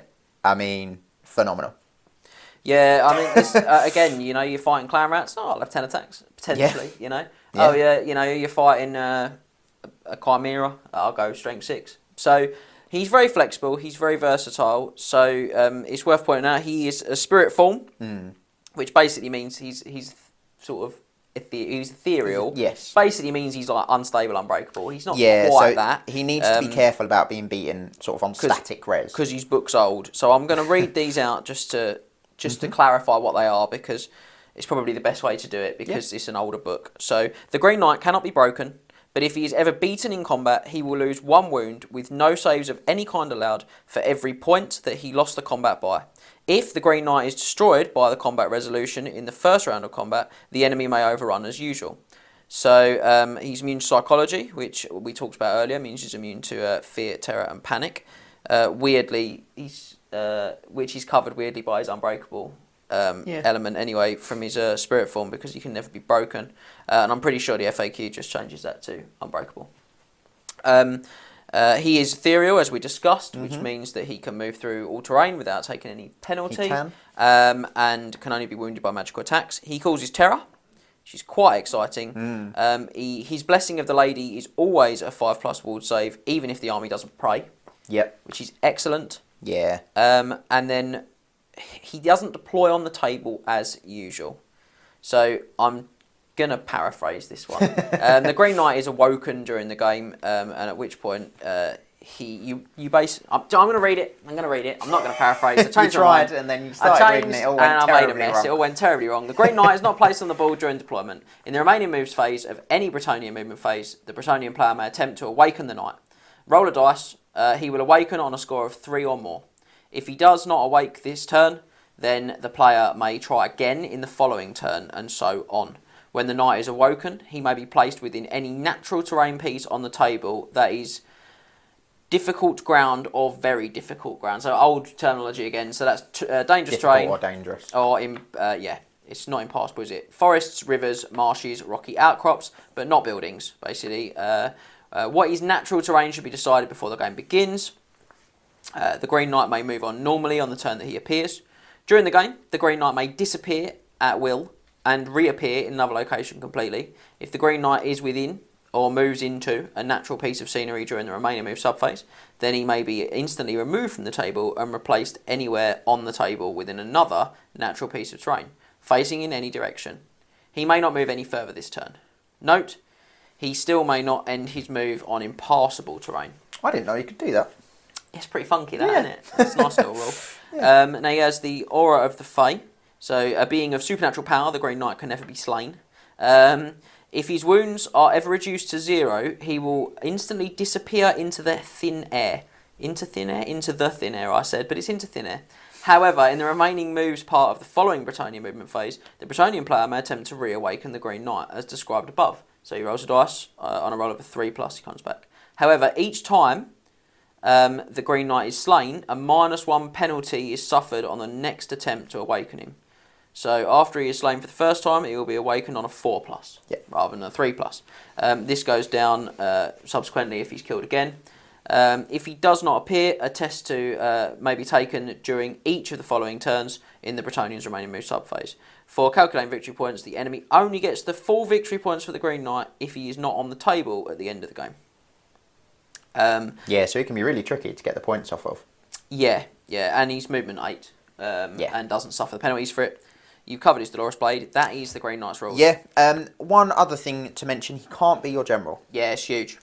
Which means the level 4, really, which is inevitably what you're going to have with him at 2,500 points, is going to have to be your general, which means you're only going to be leadership 8.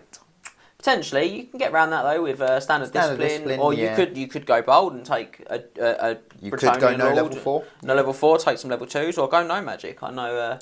I know certain people in the community are big fans of taking the no wizard. That is very true. Yes. So, but overall, I think it's fair to say the Green Knight. We really like the Green Knight. Yeah, he offers lots of fantastic options and abilities to your army that you can't get otherwise. But not being able to be your general, coming out of your Lord slot in that way, those are some really challenging things that he has to overcome.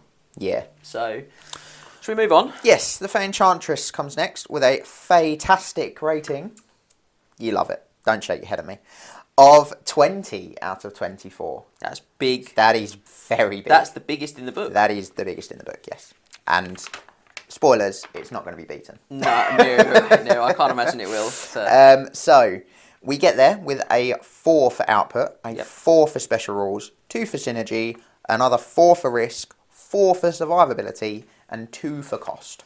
Okay. So the Fey Enchantress has the ability to roll her spells from any of the 8 laws of battle magic, which adds a lot of variety to the Bretonnians, because normally they're limited to heavens, beasts, and life on their level 4s, and beasts and lives on their level 2s. Yeah, which I think is a big. It's frustrating that their level 2s can't take heavens. Because heavens is really good on that lower level caster. Yeah, because it's not staggeringly high to cast. No. But you only really want 2 or 3 of the spells from it. Yeah, I don't mind heavens on the smaller caster, but not in this army. No. She also does get an additional +2 to cast the Law of Life. However, so you might be tempted to sort of go, I'll take her on the Law of Life. However, I think she's probably best employed on a law that you otherwise wouldn't have access to. I agree. If you really want additional to cast values on a Law of Life wizard, I'd take the Book of Asher. Yeah, there's also a Bretonnian specific magic item which gives you +1 to cast Law of Life, which is the Verdant Heart. Yep, which we'll get into later. So I just think that you're right. I think what you want to do if you're taking the Fey Enchantress, the reason you're taking her is to exploit one of those laws of magic you wouldn't normally have access to. Yep. We've talked at length, haven't we, about what's good on her and what's bad on her. But I think really, I mean, I know that between us we've tried quite a few. Yeah. One that I've not tried but I want to is Shadow.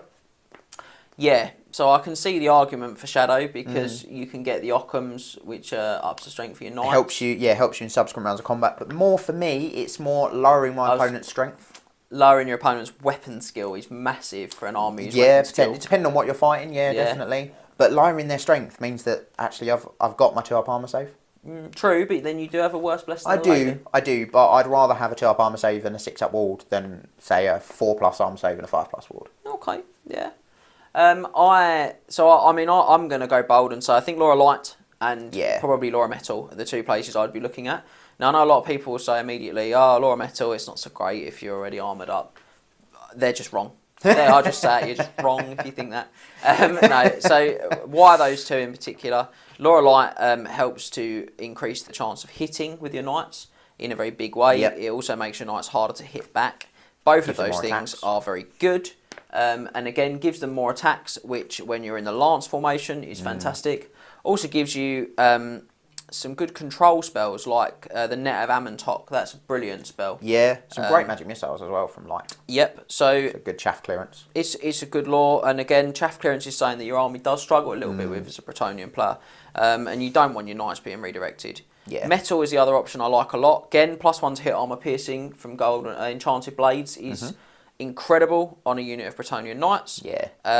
As is +2 armor save from the Glittering Rogue. Glittering Scales. Glittering Scales is the magic item. Yep. Don't forget -1 to your opponent's armor saves and weapon skill from the transmutation to lead. Skill or something else, isn't it? Yeah, I think it's BS as well, which is good.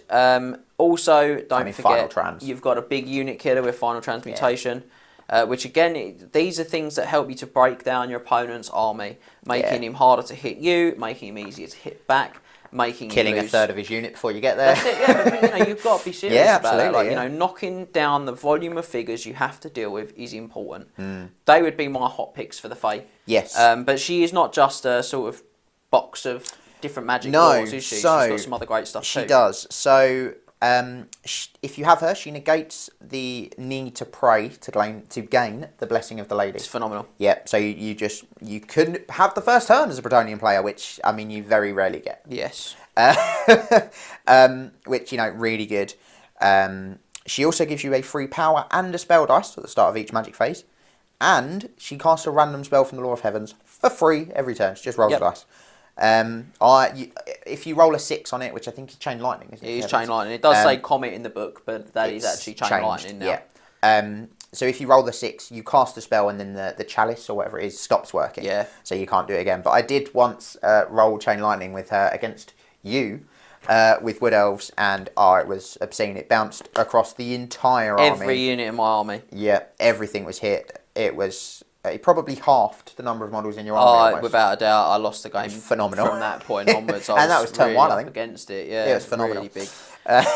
So yeah, she's got some other good tricks as well. She's magic resistance 3. Yeah. From the Supreme Aura of the Lady, which is excellent. She also causes fear in Skaven, Orcs and Goblins, and anything from Beastmen. Let's see. Beast of Chaos, what it says, but Beastman. She causes fear, and against Skaven, Orcs and Goblins, and Beastmen, she causes terror. Even better. Which actually, against those armies, is a really good thing. Yeah, because they're they're really not leadership. super leadershipy, although Skaven can build it up. Yeah. She also has the Golden Girdle, which is a great item. Gives her a 4+ wall save. Yeah. Excellent. Which you do lack sometimes on those special characters. Yes. She's also got... She also picks a champion, That's the one. So you pick a champion of a knight unit. It can't be a special character. It has to just be an actual champion of a unit. And they gain +1 to hit. They are going to get +1 on all rolls to hit in close combat. However, if they lose the blessing of the lady, so if they flee or if they don't accept a challenge and no one accepts it, then both that character, the champion and the Fae, take a wound with no saves allowed. Yep. Which just kills the champion because it's a 1-wound champion. That is correct. She also lets you take an additional unit of Grey Knights from the Lord slot. Yes. So in big games, I think that's cool, but in normal size, with 2,500 or down, she's not going to... You may be able to squeeze like 3 Grey Knights in, but what is the point? Not a good choice. No. So yeah, she's on a unicorn, which is obviously is a monstrous beast. That's a bit of a letdown for her actually, because it makes a monstrous cav. So she does lose her lookout sir from the cavalry regiments, but she does get a stomp. Can't be stomped on. Gives her 2 attacks at strength 5 on the charge, strength 4 normally, and that does make her toughness 4 as well. And because she's on a 50 mil base, she'll be touching the edge of a lance, which means she can attack as if she was in the front rank, which means her mount does get to attack when she charges. Do that. Yeah, that's very cool. I think, quickly flicking back to her laws, I have seen some people, crazy people, run her on her own on death. Me. I've done that. Yeah, I mean, crazy people. Well, you say that, but she's got magic resistance. She's got 4 walls. Save. Yeah. Her steed is movement 10. She's a single character, which effectively lets makes you her pivot fast around nice and easily. So you'd be surprised. It's a very bold play, and I would say that for a character that offers so much fantastic synergy to your army, it's possibly a waste. But it's an option. It's an option. Yeah. Yep. So I think that is her well and truly covered. So now we are going to move on to the final special character, and that is the king himself. Not Elvis, no. This is... Come on, man! Stop it. You love it and you know you love it. This is King Luon Leon Kerr. So he has a competitive rating of just 14 out of 24, which is the lowest of the 3 special characters. I'm surprised it's that high. He's got a great model, is my input. Yeah, he has a lovely model. But we get to that 14 with a score of 3 for output, 3 for special rules, 2 for synergy, 1 for risk, 4 for survivability, and 1 for cost. I mean, the standout piece for me with Leon Kerr is his cost. He is just so expensive. He's as near as making a difference 730 points. Yeah, too many. Yeah. It's just a hangover from the edition the book was written in. Yeah, you need to be playing at least a 3,000 point game to even get just to squeeze him in. And at that point, that's all you're getting. You're not getting any level 4 withered or level 3 wizard even with him. Nothing else. It's just him. He does remove the restriction, the 0-1 restriction on Grail Knights, but we do that in we the do Triple that Crown anyway. pack. If you're playing without us, then yes, that's helpful. It's also worth saying the phase Grail units get around that 0-1 as well. If you're playing a big game, not in the Triple Crown pack. He also, however, if you have Leon Kerr, he makes Men-at-Arms and Peasant Bowmen a special choice, not core, because it's the King's army and the King doesn't have peasants in his army. That's the sort of fluff behind that. That's the jam. Yeah. I mean, he's got some redeeming features. He's got magic raise based on the number of dice used to cast the spell. So essentially enough to probably give him a 12 war save against anything that he's too scared about. Yeah, pretty much. If they spend 3, he's getting that, isn't he? Other positives that we can discuss. He's got an increased Inspiring Presence range. He does, which on BetQuest in 8th edition makes it 24. Yeah. And any unit with a line of sight to him is immune to panic. That's, again, it's not bad, but I've got that on a lot of my sort of other options as well. He is only strength 5 and he's only got a 5+ wall save. And BetQuest, which is his Hippogriff mount, like generic Hippogriff mounts, is just too expensive. Yeah, toughness 5, 4 wounds, no save, other than the little bit of protection offered from the blessing of the lady. Yeah. It's not great. I would definitely take Law of Life if I was taking him to keep trying to stick the wounds back on such an expensive model with the Law attribute. Yeah. So what other positive things can we... There are some other positive things. Are there? He can reroll any fail to hit or wound rolls if he's in a challenge. Okay. Which is okay. Yeah. It's okay. I mean, it helps to maximise that strength 5. Yes. Because you reroll the wounds as well. Yeah.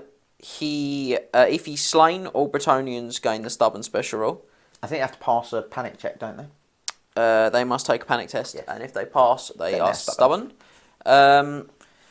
Which you think, okay, yeah, that's great, but if your knights are losing combat, you're probably just going to lose your knights. He always has the blessing.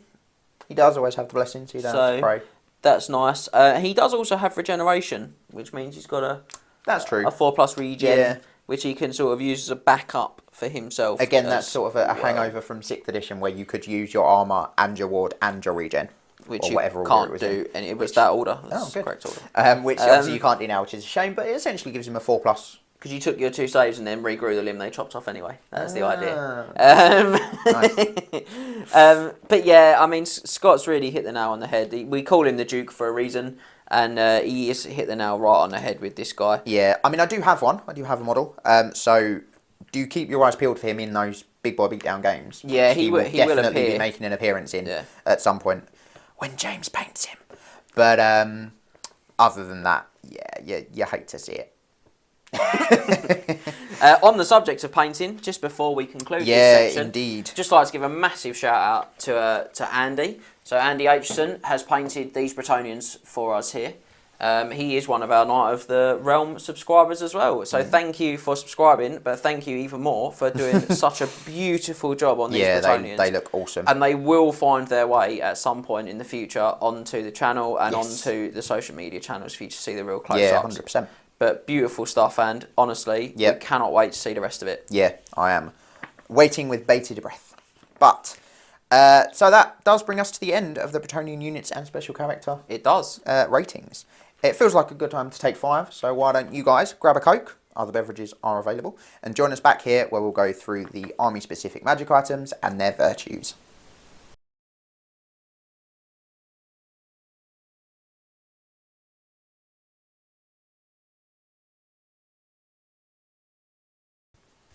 So, we've finished our analysis of the Bretonnian units, but units alone don't make an army. And to get the full picture of how to play each army competitively, we need to look at their magic items. And in the Bretonnian's case, the virtues of the chivalric knight. So, we're going to begin with the analysis of the unique Bretonnian magic items. First up, I mean, to be fair, they have a mighty 42, so this could take a while. Yeah, it's going to be a little bit of a go-to. Yeah. So.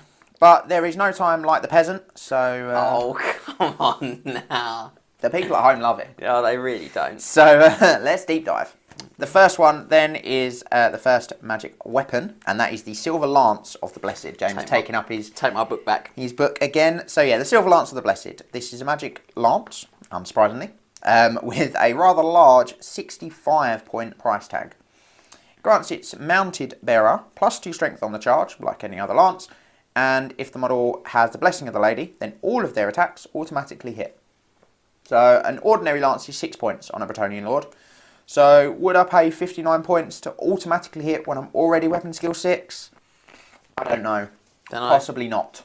So I hate this less than you hate it. I know that we've talked about it before. We have. I think it's okay. I think, again, it just depends on what else is going on in your army and things like that as well. But there are some other items I think it combines quite nicely with, which we'll touch on as we move forward. I do just think there are so many other better magic weapons and, in fact, magic lances, which we're about to go through, that this just never sees the tabletop in my list anyway. No, I think you've got, when we look at virtues too, there's some virtues that work quite nicely with this item, but also there's some virtues that mean you really don't want this item, you know what I mean? So I think overall it's probably a bit too expensive, but I will say guaranteed combat resolution is something that Bretonnian players really need to get. Yeah. This is 5 guaranteed hits with Devastating Charge. It is, yeah. So, it is. You know, just think about that as well. Certainly if you're looking at a bit of Savage Beast of Horus, because you've got a Beast Wizard in your army, and that's suddenly 8 hits at strength. 9? 8, 7, 8, plus 4. It's +3 from the spell, +2 from the lance. Yeah, okay. So 9. 9. So yeah, but next on the Next agenda. up then is the Sword of the Quest, and this can only be taken by a character with a quest in Val, as the name would suggest. Unsurprisingly. Yeah. It can be used as either a hand weapon or a great weapon, and ignores armor saves in whatever variety you choose to use it in. It's 50 points, so exactly the same as the Obsidian Blade from the main rulebook, but you have the option of striking last for +2 strength. It's not bad. Oh, it's good. Yeah, it's an Obsidian Blade where if you think your initiative isn't going to matter, so maybe if you're already going second against maybe an elf or something, then you might as well hit them at +2 strength. Look, you know, you Bretonnian lords are not short of, or even paladins. You can get this on a paladin. They're not particularly short of survivability. They come with a baked-in ward save. They come with a good armor save. Yeah. And so they can go second and probably still be all right. The fact that I can choose to go first or second, you know, effectively, or go at my initiative or second, is cool. No armor saves. I can take another guy with no armor saves. I can get lots of no armor saves in my army. It's better when you have rerolls to wound with it, which you can get from items and virtues, which we'll go over later. But the Bretonnians don't have a massive amount of access to that reroll to wounds, which is good when you ignore armor saves at strength 4 or possibly 6 if you choose to go. I think I think on the face of it, the fact that it's the same points as the Obsidian Blade is really cool because it gives me 2 Obsidian Blades, essentially, which is awesome. The fact that I have to buy the questing vow to take it though means it's not really the same points. Yeah. So overall, I think it's all right personally. Yeah, it's 8 or 12 points, the questing vow, depending on if you take it on a paladin or a lord. And it means he's not going in Grail Knights. He can't go in Grail Knights. He can still go in Knights of the Realm. Yeah, for me though, I never take the questing vow, let alone a questing vow specific item. Just it's the one that you leave at home, isn't it? Yeah, you either really go big on the Grail or leave it with Knights. I think overall though, it's a bit like the Silver Lance of Blessed. There's some good stuff here, but there's just way better options still, isn't there? There are, and one of those better options is, in my opinion, coming up next, and that is the Sword of the Ladies Champion. So this comes in with a respectable 40-point price tag, so a little bit cheaper than the Sword of the Quest.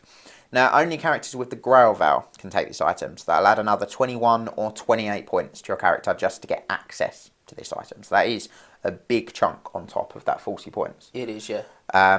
When using the sword, the character always counts their strength as 1 point higher than their opponent's toughness, unless it is already more than this. In effect, you're pretty much always going to be wounded on at worst a 3. And you also use the modified strength for armor save modifiers.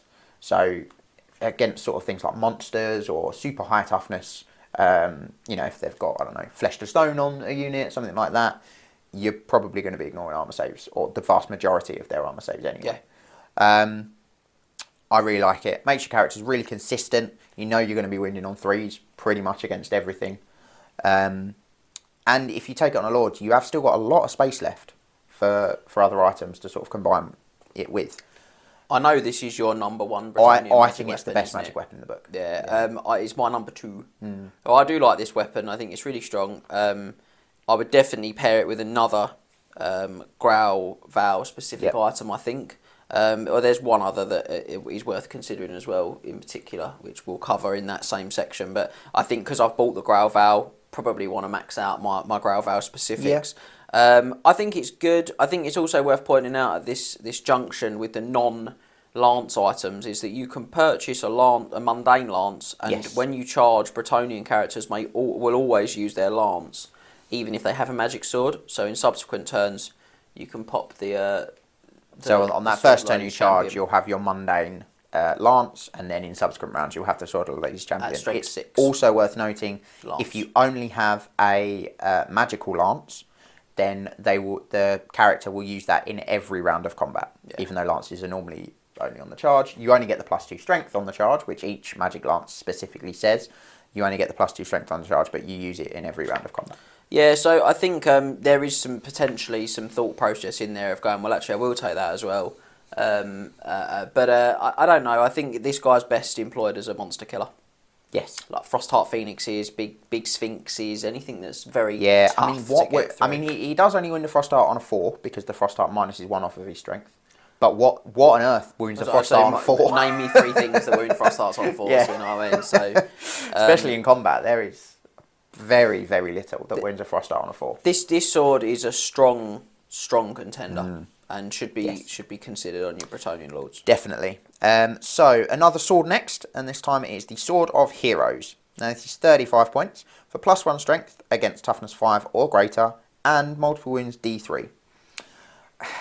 For, 15 points less? I think I'd just rather the Sword of Might for +1 strength all the time, if I'm honest. I like the multiple wounds D3, though. That's it is not nice. A common thing in Warhammer. No, it isn't. I mean, at best, you're wounding on a 4. I think, again, it's sort of really low bit of a weird one, because you'd be looking at employing this against monsters, maybe particularly tough chariots like Chaos Chariots. And strength 5, whilst it's possibly just not quite enough. No. Not really. But the multiple wounds D3 is good. Again, if I had a Beast Wizard, this would probably be a bigger consideration. Yeah. I just think when you're looking at it against the Sword of the Ladies Champion, when you look at it against the next 2 35-point magic weapons, I think it falls a bit short against both. Yeah, really. I agree. I guess in the Sword of Heroes' favour over the Sword of the Ladies Champion, the Sword of the Ladies Champion is 5 points more for the actual weapon, plus another 21 or 28 points for the Growl Valve. So yeah, it is significantly more expensive in that respect, but I do think it is a much better sword. Yeah, like I say, I think that you're taking it for the multiple wounds D3. If you see an obvious use for that in your games consistently, which, you know, there are things you can... Definitely, yeah. You know, if you fight trolls regularly and stuff like that, then yeah, I'll probably be all over this. But otherwise, I think, again, it just falls a bit short of the Ladies Champion. And again, the next 2 items we look at, I think for the same points cost, probably both items I'd consider first. Yeah, definitely. So back to lances then, and we have the Heartwood Lance. So as James was saying, also 35 points, gives the bearer +2 strength on the charge, and reroll fails to wound.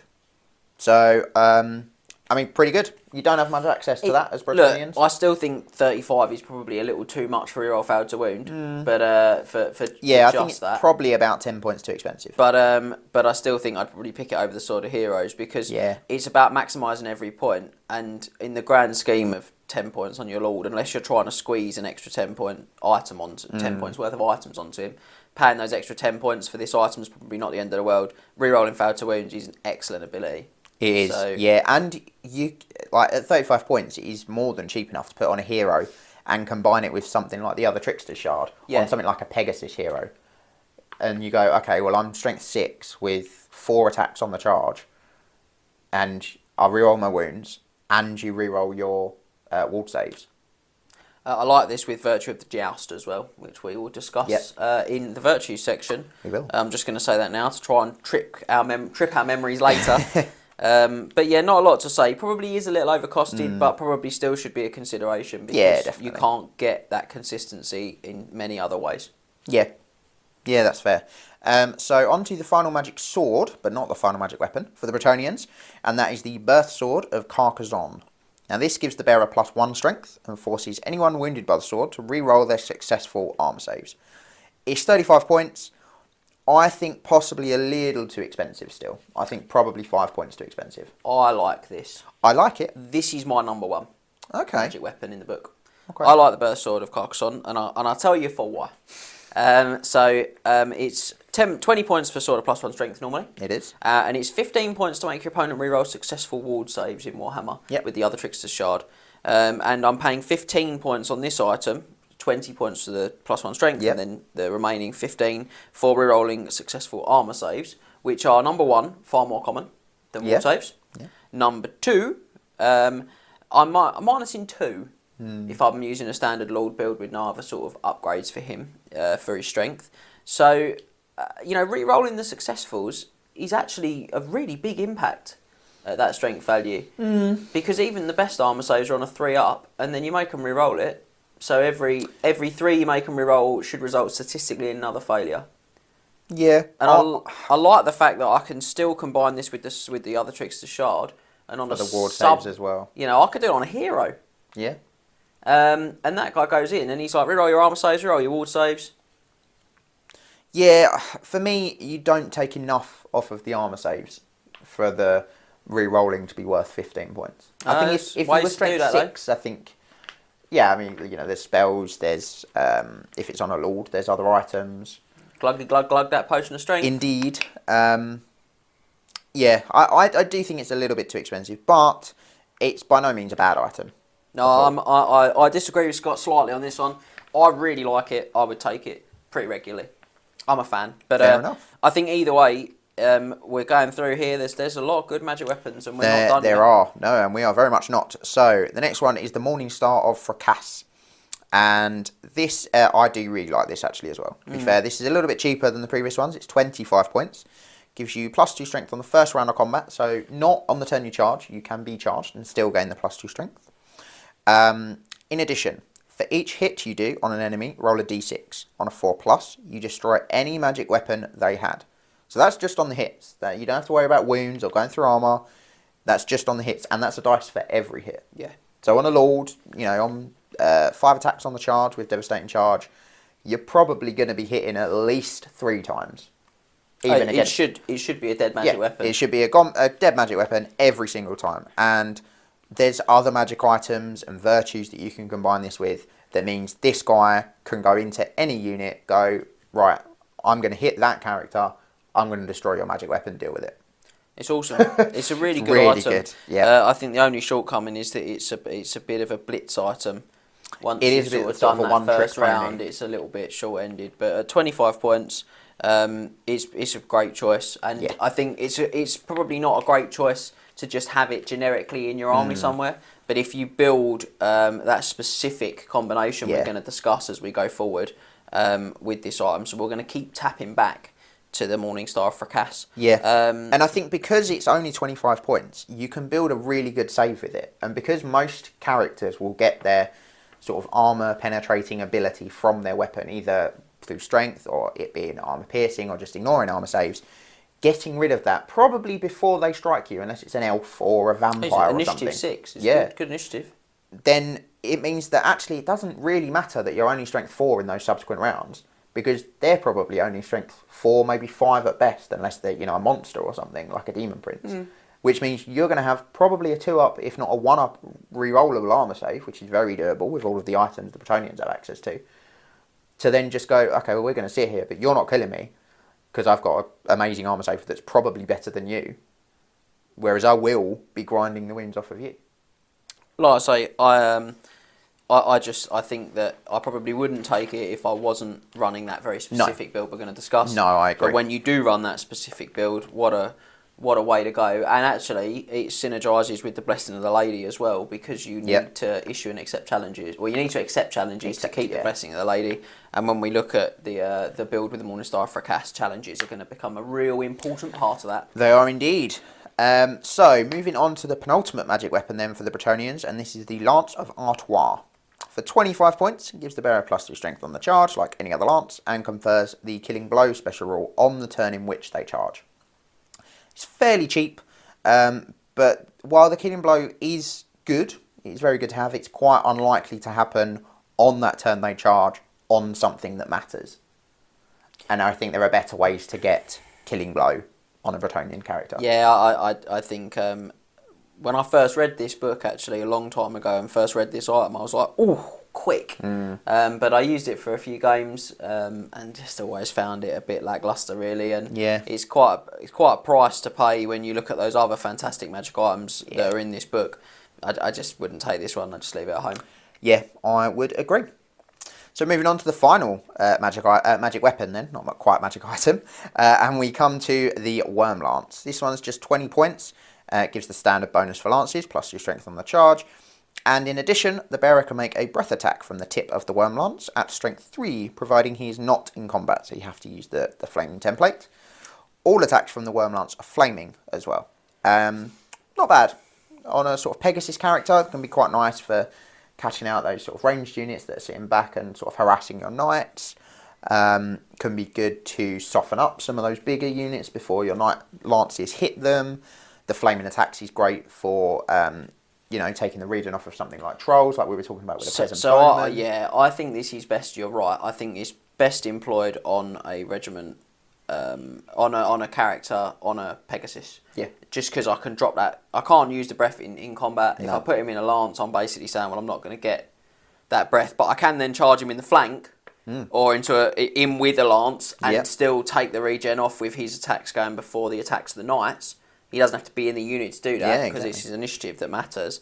So I'd probably fly him around, like you say, drop the breath template, and I think he's terrifying against things like witch elves and stuff like that. Yeah, you just get so many of them. They've got to get in with the bolt throwers or with the spells, and that's not always easy if you build the right combos. Yeah, and being a paladin, being a paladin on a Pegasus, he just hunts those war machines down first. Yeah. So just flies over and charges them first. Yeah, and it's good item. It is.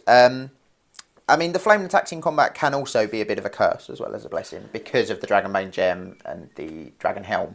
I do think, though, in general, that it can be a bit of a risk having flaming attacks on a unit, but on a model in a unit or on a model that goes in with a unit, it's far less sort of like impactful. Because that one character does basically nothing. Made it up. Yeah, it's fine. That one character does basically nothing, but then the rest of the unit is there to do the job. Grind through. Yeah, I would agree. Sort of like flaming on safe mode. It's like the kid gloves. It's nice. So that is it for magic weapons. On to the magic armour. First up, we have the Gilded Cuirass.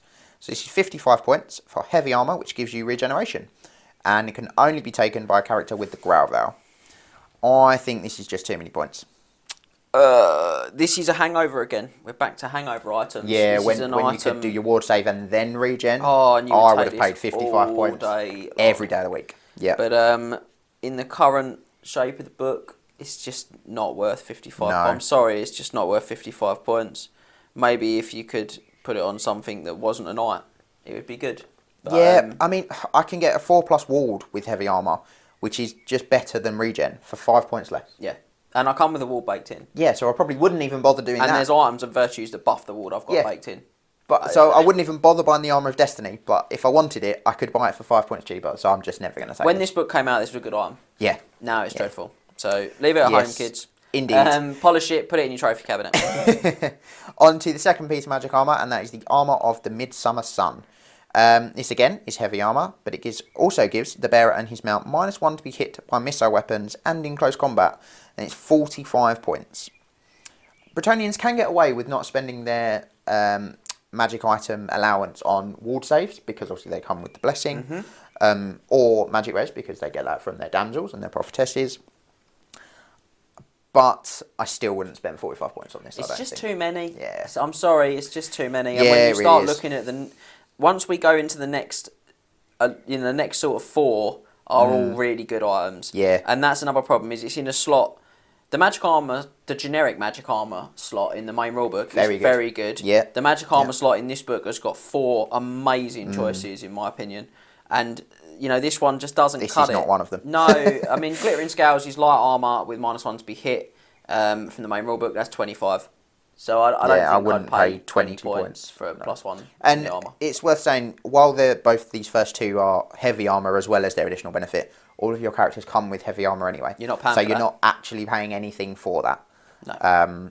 Yeah. So again, polish it up, put it next to the Gilded Cuirass, you're going to have a great day up. Yeah. But it don't go on your Bretonnian Lord. No. But next up, we have one that almost certainly does go on a character, if not your Bretonnian I like Lord. this one. And that is I'm the doing the Growl jazz Shield. hand, Scott. I'm Yeah. the jazz hand for this one. So the Growl Shield, this is 35 points, can only be taken by characters with the Growl Vow, as the name would suggest. And it is a shield which increases the ward save gained from the Blessing of the Lady to a 4+ against attacks of any strength. So if you lose the Blessing, you do lose the ward save from the item. If you've lost the Blessing, your Lord is probably dead or very close to it, so I don't think that matters too much, realistically. This is phenomenal. Yeah, it's really good. It's 35 points. It's really 10 good. points cheaper than a 4+ ward. Yeah, I mean, you are paying points in the man's points. You are. In the model's points originally. For the Growl Vow. For the well, you're also paying points for the fact he's got Blessed in the Lady originally. Yes, yeah. So this is improving it. But I do think overall it's well worth it. Yeah, 100%. 35 points is consistent 4+ ward save. Yeah. It's great. Very good. Yeah, and it's a shield. And it's a shield, yeah, which you don't come with, which you do have to buy separately. So you know, that'll save you a few points Save there. some points on the shield. And especially if you're taking the Growl Vow already, either to put him in your Growl Knights or to take some of those other Growl-specific items, well worth this being your piece of magic armour. Yeah, I do agree with you. I think it's only trumped by the next one. Yeah. I think the next one's probably the best one.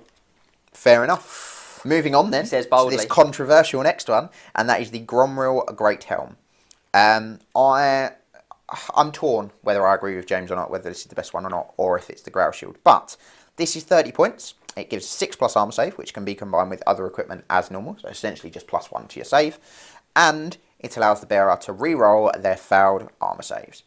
So for the points of the Dawnstone plus a mundane shield in one, essentially, and not with using your talismans or anything like that, you've got a 1-up rerollable armor save on awesome. any of your mounted characters. Amazing. It's awesome. Means you can have 2 characters with 1-up rerollable saves, because there are other ways to get 1-up saves with Bretonians. Yeah. Enchanted Shield being the Wild Dragon Helm. Yep.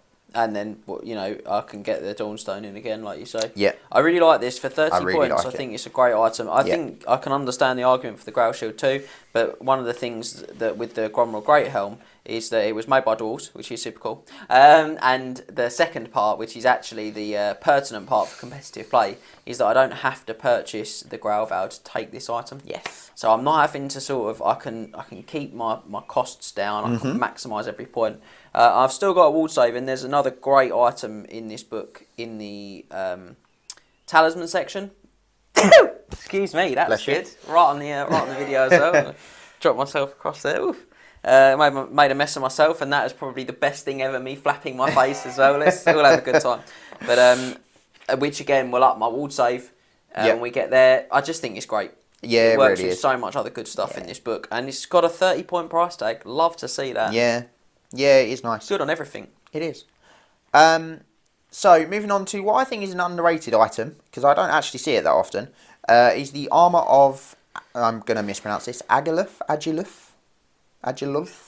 something like that. Agilulf. It's 25 points, this armor. It replaces the knight's heavy armor and gives you a shield, which must always be used, so you can't take it with a great weapon. But it gives the bearer weapon skill 10. So you save 2 or 3 points, depending on which character you put it on, by not buying a shield. But it's that weapon skill 10. It means you're pretty much hitting everything on a 3.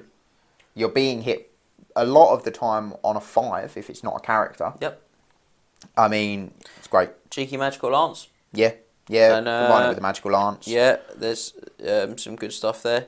Particularly one that gives you rerolls to wound, like the Heartwood Lance. Because you're already hitting very consistently. Stands out, yeah. I also think this can be very good with other sort of out of the box combinations, like Sword of Striking, Potion of Strength. That's quite a horrible combination with this item. So you're hitting basically anything that you find a 2. It's quite unpleasant. At strength like 7. Yeah, it's quite good. So for 25 points, it's nice and cheap as well. Yeah, it is. I always look at this item and I always go, yeah, that'd be great. And then I look at my lord, who's already weapon skill 6. And I'm like, 6 is probably enough. This is a paladin item for me. Yeah. And then I just never seem to have enough paladins. It's the right points for a paladin item, in my opinion. Yeah. I just seem to run out of paladins before I get to the armour of Agilus. I think this is the problem with the section. There's so many options. Good choices. And again, I think the next one is gonna blow people's minds again. Indeed. So we are almost to the end of the magic armour. Just a couple more to go. But the next up is the Cuirass of Fortune. So this is heavy armour, which allows the bearer to reroll 1s to wound in combat, and it is 20 points.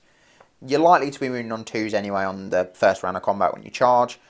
I think this is a really, really nice little item. This is awesome, mate. Yeah. It's an awesome item. There are a few items and virtues which also give you rerolls to wound, in sort of some shape or form, whether that's reroll 1s to wound or reroll all wounds or in certain situations. But it's nice to have that sort of consistency when you can get it on for 20 points. So easy to drop this on a paladin. Oh, it's great. I like this with the Silver Lance the Blessed as well. 5 automatic hits. Wound you on a 2, reroll the wounds. Oh, I'd love to see it. That's great. And I know we. And you've got 15 points to spend on the other tricks to shard, obviously. Common love on this channel to recommend the other tricks to shard. Yes. But yeah, I just think it's really, really versatile. It's also very good with the Sword of the Ladies Champion again. Yeah, it is. Because you're always going to be wounding on 3s. So having that reroll 1s. To be honest, there's not much it's not good with. I was about to suggest another one, and then I'm like, just stop. It'll be quicker to just say it's good with pretty much everything. It's good with pretty much everything. Yeah. The only reason not to take it is because you took the Cromwell Great Helm. Because you've run out of characters shield to put it on. Yeah. So the final piece of magic armour, and it's worth saying we have now come to the end of the good pieces of magic armour. We have. But the final piece of magic armour for the Bretonnians is the Orc-Bane Shield. It's 15 points. It gives you a 6+ armour save, which can be combined with other equipment as usual. And it is worth noting, despite the name, this isn't actually a shield. So you can also combine this with a shield. So stupid. It is, yes. But you can do it, as per the letter of the rules. But any unengaged Orc and Goblin unit within 12 will fail their animosity test on the roll of a 1 or a 2 instead of a 1. It's very situational, and even then it's not amazing.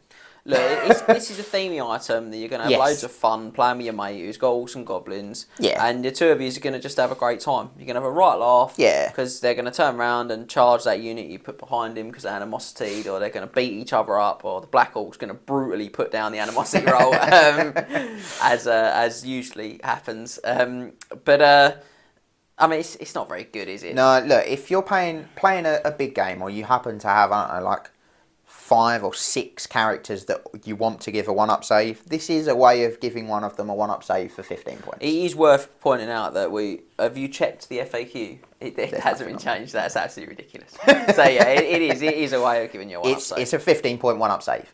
Okay, well there you go. Probably its best use. You heard it here first. But that is it for magic armour, so we're moving on to the talismans. And there's only 6 to go through. And Syrian's Locket. Syrian's Locket is up first. Now this can only be taken by a Bretonnian Lord, and is 55 points. A model with a locket can never suffer more than 1 wound in any phase from non-magical attacks. It doesn't negate Killing Blow or Heroic Killing Blow, and you can still be run down as normal. At first glance, this seems like quite a good item, but I think the more you look at it, the more you think, is it though really for 55 points? It's from non-magical sources. I can still be Killing Blowed or Heroic Killing Blowed. It's good against mundane cannons, isn't it? So you're immediately thinking maybe a Pegasus again. Maybe if I really want to reach out for the Hippogriff, because I hate my life, and I want to take a Hippogriff mount. At least I won't give away all the points when my Hippogriff is brutally blown from under me by that enemy cannon. I think one of the big problems is, from a competitive standpoint, is that if you start listing out the real threats to your, the real threats that this negates, stone throwers, cannons being the 2 most obvious choices, and going, well, actually, what stone throwers are there? Orcs and Goblin stone throwers, so we'll put that in the tick box for this. Bretonnian stone throwers, so they can go in the tick box. That's 2. And then you've got Screaming Skulls, magical. Dwarf stone throwers, will be magical because they'll have taken a rune on them, I'm sure. Yeah. So all of a sudden that's sort of 50-50 on the stone throwers. Hell cannons, they're magical. Yeah. Now it's actually 60-40 in favour of it being rubbish. And then cannons as well. Cannons worse. Empire cannon, sky cannon. It works against them. That's it. And then it doesn't work against the skull cannon. Doesn't work against the dwarf cannon. Empire, they're not worse. No. But they're still not good. But I mean, if you get to use this item against 50% of the cannons that you fight, you've had a good day out. Mm. And against 50% of the artillery you fight, you've had a good day out. And fundamentally, for 55 points, he gets a 2-up lookout, sir, if he goes in a unit. Do that. Yeah, like that's the thing. It has to go on a character on a Pegasus. Well, it has to go on a Lord, on a Pegasus or a Hippogriff. And to be worth thinking about. Yes, absolutely. Because if he's in a unit, he's a weapon skill 6 guy with a 1-up rerollable armor save almost certainly. Who's going to do multiple wounds to him without a magic weapon? Well, not a lot. Not realistically. A lot. Yeah. That's not going to just kill him, blow him. Yeah, which he's not immune to. Yeah. I mean, and if it made you immune to killing blow and heroic killing blow, or even like a 2-up ward against those, maybe. The charm shield's 5 points. Yeah, easy. So that's 2 up. I knock the first wound off, and then it's first hit off. So as long as the first hit is the cannonball, I go diving in and lay the beat down. You're on a flying mount, so you just charge the cannon. Well, that would be or the plan. Stone thrower, or that would be the plan. So. Yeah, too many points for what it does. Again, put it in a cabinet with the other 2 pieces of magic armor we discussed. Yeah, leave it at home. So the token of the damsel is next, and this gives either a Bretonnian Lord or a Paladin a 2+ ward save against the first wound caused. At 35 points, I think it's about 20 or 25 points too much. Way too expensive. Charm shield's 5 points to knock off the first hit. There's a high elf item, isn't there? I knew you were going to say. Golden Crown? Golden Crown of Atrazar is absolutely ridiculous. It's 10 points, and it does this same effect. Exact same thing. And it can be taken on a wizard as well, which is way better. Now, it's worth saying that is too cheap. Yes, but it at is. 35 points, it's just really hard to see this justifying its... I think it should be 15 points. Its marker. I think it's 20 points. Again, there's some wording issues here as well. The first wounding hit suffered. Yeah. So if I pass my armor save... I've taken that to mean wound. Yeah, I've taken that as well, because I've got to fail my armor save, surely. Yeah. It's better than the last item. But it isn't much better. Because it's 20 points cheaper. Yeah. But that's the only reason. Again, I think that the token's probably best exchanged for coins at the price shop, I'll be honest. And you thought mine were bad. Insignia of the Quest, Scott? Yeah, let's move on. Insignia of the Quest, which, surprise, surprise, can only be taken by a character with the questing vow. It is 30 points. When the bearer is reduced to 1 wound, they gain a 3+ ward save. Now, this specifies if they suffer multiple wounds that would kill them before they gain the 3+ ward, and the example they give is being hit by a cannonball. It is. He is reduced to 1 wound and can then attempt his 3+ ward save to stay alive and nullify any further wounds caused by the same hit. It's not bad, actually. I think it's quite good. I would never use it because I never take a character with a questing vow. Yeah, that's a problem. But if I was going to take the Sword of the Quest, I might think about this one to combine with the Sword of the Quest. Yeah. Because it's quite good at hunting those sort of bigger, scarier targets that maybe will punch through my armour. Yeah, even if I wasn't taking the questing vow for the Sword of the Quest, I think the questing vow is like 8 or 12 points, depending on the character you put it on. It's quite cheap, isn't it? So it is still relatively cheap, even just to take it for this and to maybe put him in the questing knights, if you have questing knights. Or to throw him on a Pegasus and sort of, using that way. It's not bad. I wouldn't take it, but there is definitely use. I've got to be honest, there does seem like there's a massive loophole with this one. So we're going to check the FAQ, and if the loophole doesn't exist, we'll post it in the comments. I'm going to read it out, and then Scott's going to put his faces at me. But it says, if the bearer is ever reduced to 1 wound, then the knight instantly gains a 3+ ward save. If the character suffers multiple wounds, that would kill him before he has gained the ward save, e.g. from being hit by a cannonball. He will be reduced to 1 wound, and then may attempt his 3+ ward saves to stay alive and nullify further effects. Doesn't say I can't then bring him back above 1 wound and keep my 3+ ward save. Because it says, if he's ever reduced, he was reduced to 1 wound, so he gets a 3+ ward save. Yeah. And now, I've given him 2 wounds back with my Law of Life Law attribute, and he has a 3+ ward save. That's quite dirty. So we're going to check in the FAQ? I don't think there's anything. I looked I for don't Bretonnia think there FAQ, is and I don't either, think but there's I am anything going in to the FAQ. cautionary say we're going to check. We will check. If not, this could be really filthy. Yes. This you love to see, so this is well worth Yeah. considering, ladies and gents. Yeah, I hadn't thought about that. Yeah, I didn't until just now. Well, moving on from that. That's why we do these videos. Yeah. Moving Giving you on ideas. from that closet filth, we are halfway through the talismans, and the next one on our list is the Braid of Bordelot. It's 25 points and 1 use only. The braid can be used at the start of any Bretonnian turn. Until the beginning of the next turn, the character's leadership is increased by 1. In addition, once the braid has been used, until the start of the next Bretonnian turn, the model bearing the braid and any unit they are with can move over marsh, rivers, lakes, or any other water features without penalty, and will benefit from soft cover whilst in such terrain. Basically, it's super niche that you'll probably only ever see in a sort of narrative, fun game between some friends who happen to have lots of watery scenery. This is shockingly bad, I think. Yeah, it's not good. It's my favourite part of this item, and I've mentioned it in the past, is in addition, once the braid has been used, to the start of the next Bretonnian turn, the model bearing the braid and any unit he is with can move over marshes, rivers, lakes or other water features without penalty, and will benefit from soft cover whilst in this terrain. But to benefit from soft cover, they've got to be hit whilst they're in the terrain, and then next turn when they try and get out of the water feature, they'll all take dangerous terrain checks and possibly drown. So it's just terrible. Yeah, don't waste the points. Just move on. Just don't move waste on. the points. Sorry, just quickly, it's also worth saying the stand-up discipline gives you +1 leadership all of the time, and for is 10 points less. Because we've established you're not using the second part. No.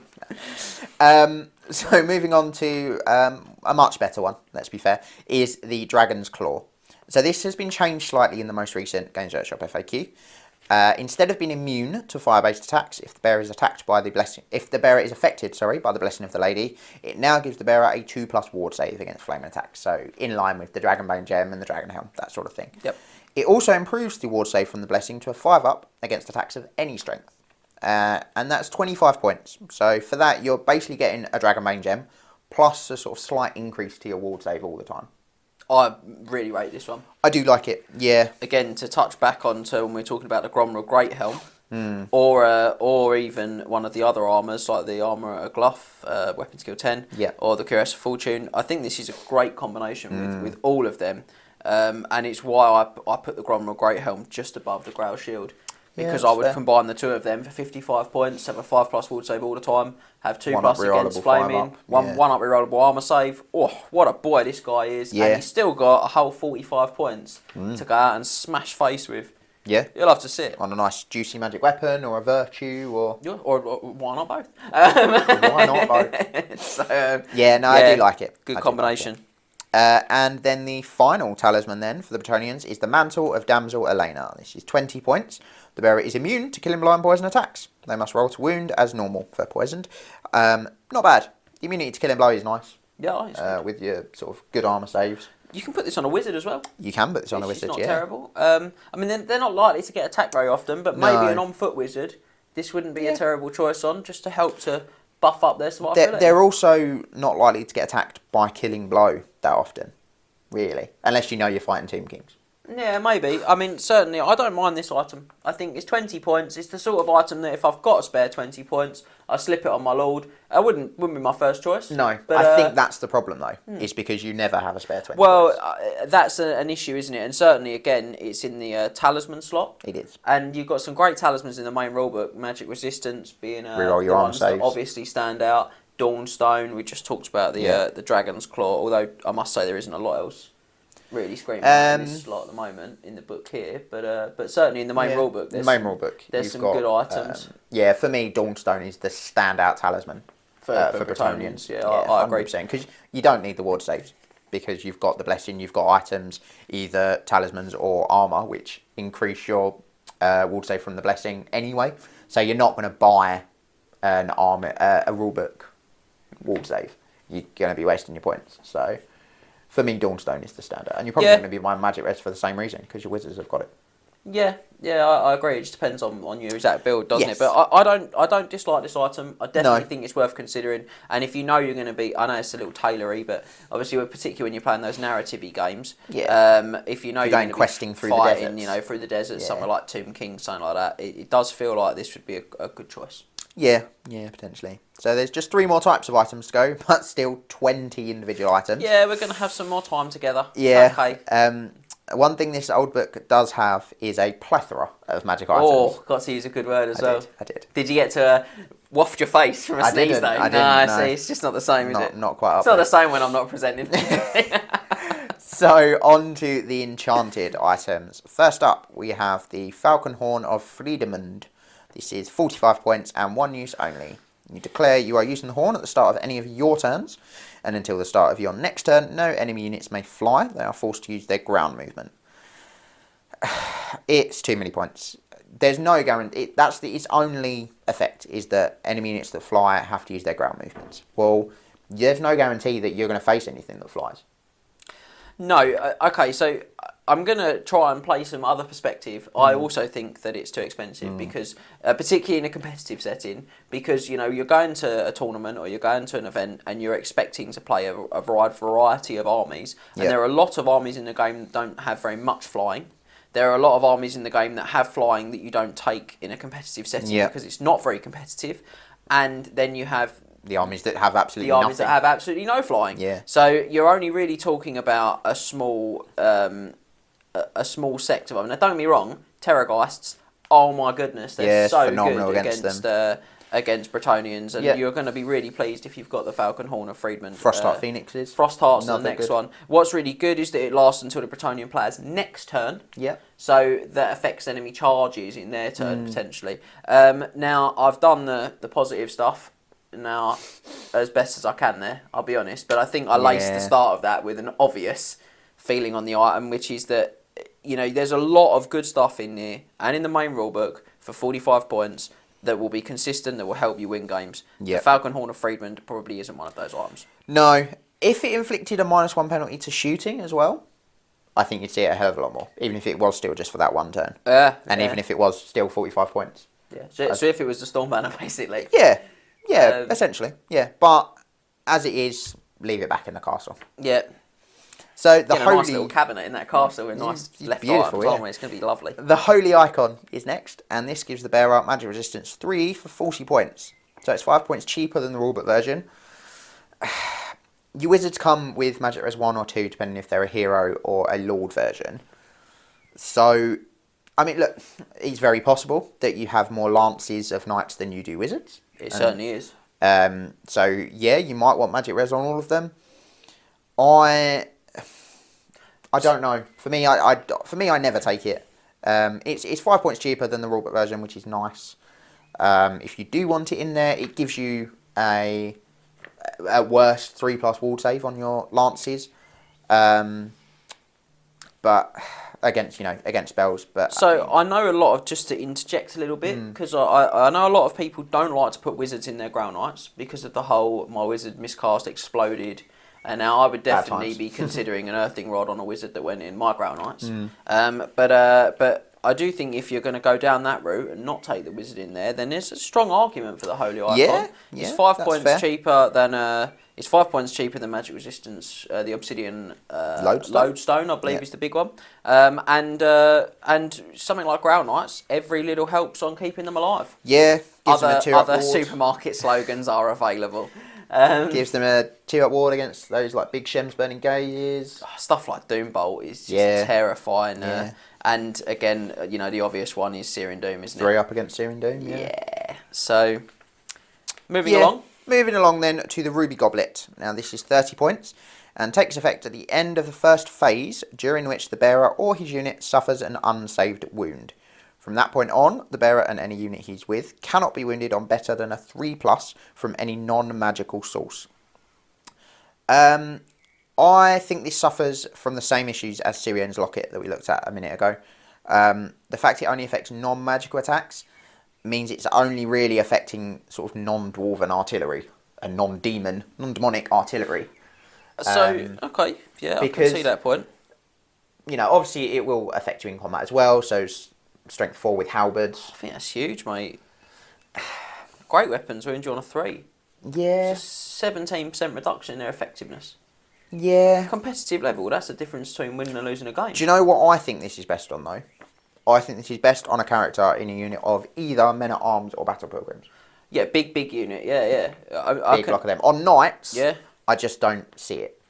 I don't mind it on knights. Again, it's another one that at the end of the first phase during which the bearer suffers an unsaved wound. So again, I can put the wounds back on from Law of Life and still keep the benefit of the Ruby Goblet. So I think this is a good item on a wizard if you're going to put it in the pilgrims. Yeah. And I think it's a good item on a paladin if you're going to put it in knights. And I personally think it's got a place in both. And I think if you were really pressing me on knights in particular, it would be Growl or Questing, depending on which way I went.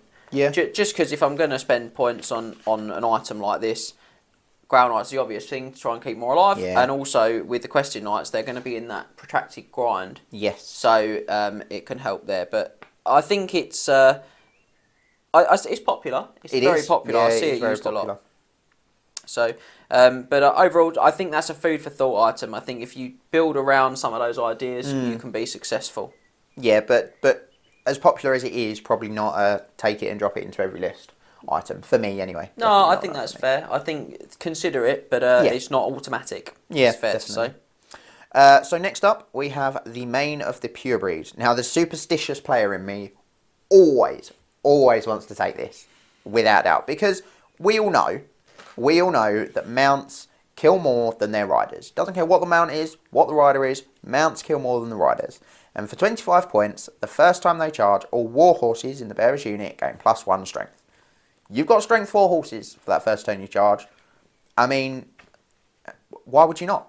And then I look at it and go, yeah, but I've got no character who's got 25 points spare. Oh, it's just not very good. No, it isn't. It's a good bit. In a competitive sense, it just it's a good bit of fun, but I think that it's going to fall short of a few of the other good items in this bracket. Yeah. Enchanted items also includes the legendary Other Trickster's Shard, which we have discussed Potion already. of Strength. It also includes Potion of Strength, which I think can be very combines good. with loads of the magic weapons that we looked at earlier, the virtues, and the rulebook ones, and the virtues. Yeah. So I think good fun for all the family. Yeah, but just don't. Leave it in the stables. Indeed. Now, the Antlers of the Great Hunt are up next, and I have always thought these should be magic armour, as opposed to enchanted item, but they are not, so here we are. So, what do these do? These can only be taken by a Lord or a Paladin. They are 25 points, and as per the GWFAQ, the Knight and any unit he is with will roll an additional dice when pursuing and use the highest 2. So it's slightly different how it's how it worded is in there now, yeah. Yeah. It does only affect their pursuit rolls and not their charge rolls, which is a shame. So I just don't think it's worth it. If it affected their charge... You want this to be armour because it's a hat, isn't it, really? That's literally your only armour. And it gives me another 1-up armour save guy, because it would be +1 armour save, obviously. Yeah, which it isn't, we should stress. No. 15 points, Banner of... Swiftness, that's the one. For +1 movement, it's just more consistent. Yeah. This is only really worth approximately 2 extra, roughly. Yeah. And only on your pursuits. Banner of Swiftness is worth 1 extra on your charges, Everything. your movements, and your pursues. Yeah. And your flees. I just, not that you want to flee, but really. if you're going to flee, you want to get If away. it's turn 6, you want to get away, You want to get away. It's just not very good. Not really. No. Sorry. No. So, the Tress of Isolde? We have not ruined the French language half as much as I thought we were going to. No, it's been okay. That one did not go well, though. So, but that is up next, and it's another one-use only item. It's 20 points. You nominate one enemy character at the beginning of any close combat phase. The bearer hits that model and a 2+ for that round, regardless of other modifiers. It's okay. You're probably hitting on 3s anyway most of the time, unless you're up against, I don't know, Nurgle. Generally is the big sort of one, or like a Demon Print, something like that. And you can get rerolls to hit from a virtue, which we'll look at later. I think it's too situational for me to find the 20 points for it. I think this is part of a build, if that makes sense. Yeah. I think you'd go, this guy's probably going to be designed to be that big killer thing. I could see this being something that'd be in a list a lot if you had certain regular opponents. Like you said, Nurgle being the obvious standout. But I mean, perhaps or like with Vampire. I don't mind going all out and taking a giant blade on a Bretonnian Lord. Yeah. And all of a sudden going, well, I've got 5 attacks. I'm strength 7. I hit on a 2. I think the biggest problem with this item is that the things it would combine best with would probably be Potion of Strength or maybe other Tricks of Shard, and they're both in the same slot. So, yeah, bad pronunciation, average work rate. Let's move on. Yeah. So the final and arguably the best enchanted item is the Gauntlet of the Duel. This is a ridiculously cheap 10 points. Oh, it's so good. So good. Any challenge issued by the bearer may not be refused. So on its own, doesn't seem amazing. Because you don't have to issue challenges of Bretonnians, you only have to accept them. So this, effectively, to get its points worth, you would need to issue them. However, when you combine that with Virtues we'll look at later, the Morning Star Fracas that we looked at earlier, phenomenal. Oh, it's so good. It's phenomenal. It's worth noting if there are multiple models in the enemy's unit that could accept, you don't get to choose which one accepts. No. So you can't say, I'm going to challenge your Vampire Lord and I have to challenge him and he has to accept. They just have to accept with someone. But you just do it every turn. If they accept with a unit champion, you go, that's fine. They're unit champion. Next turn, I issue a challenge. Now who's going to accept? Yep.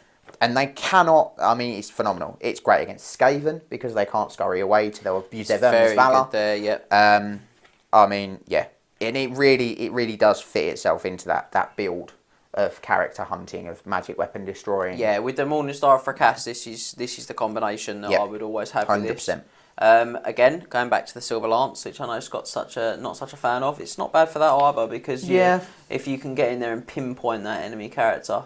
The thing with that is the Silver Lance only works on the turn they charge. Yeah, you've got to make sure they haven't accept got that unit champions do it. But it's much more situational. But the Morning Star Fracas is the obvious choice for this item. 100%. I also think Birth Sword's got some option here as well because I'm making you reroll your armor saves. Yeah. But great item, Gauntlet of the Duel. I also think Giant Blade.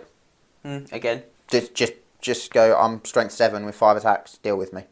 Yeah, I like all of these options. So as you can see, the Gauntlet of the Duel probably should be in your list. Yeah, it really 100%. should be something you're considering. And certainly, if you liked the sound of the Morning Star Fracas, I would have combine the this with the with Duel. it. There's no question that should be as that is a 35-point item for me. The Morning Star Fracas that comes out of your magic weapon and enchanted item slot. That is correct. So Gauntlet of the Duel, excellent item. We're going to come back to it one more time in this video as well. We are. But moving swiftly on now to the arcane items, and there are some more real beauties in here as well. Yeah, there's some lovely choices. And we are going to start off with the Silver Mirror. Now this is a Dispel Scroll for 40 points, which also causes a Strength 6 hit on the wizard who casts the spell. It's a second Dispel Scroll, and I'll be honest, I'd pay 40 points for a second Dispel Scroll if it had no other effect. Because if you only want one scroll, you can still just buy the normal Dispel Scroll from the rulebook.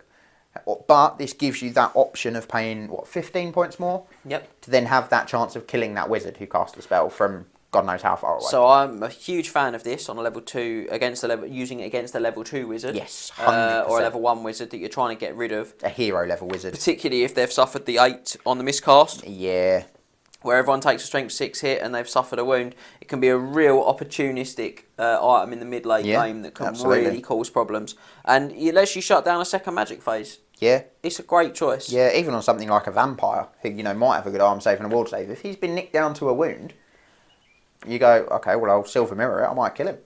Again, to touch on vampires, it's very good on things like... no, it's not. Ignore me. Okay, I will. Thank you. Kemler, that's the word I was looking for. It slipped out my brain. It's very good on Kemler. Because Kemler can play Ethereal. And effectively, because the Games Workshop BRB FAQ says that... wounds caused by magic items are magical attacks. You can nick a wound off Kemler, who can be particularly tricky to wound because of that ethereal. Yeah. So definitely. Again, if you can get some hits on him with like your Grail Knights or something, get him low, and then the first spell he casts in the next turn, it's like pow. Yeah. I mean, it's just great, and there is a reason that this with a Dispel Scroll is comped as a -1 in the Triple Crown GT really pack. It really is. So next up is the Verdant Heart. Now this is 40 points. Any wood or forest that the bearer is in counts as dangerous terrain for all enemy models, as long as the character remains wholly within the terrain feature. The bearer also gains +1 to cast spells from the Lore of Life, which is what I was talking about earlier when we looked at the Fae. Yep. Very situational and quite expensive, really, for what it does. You're only ever going to want this on a wizard on foot, because why on earth are you going anywhere near a wood with a Lance of Knights? I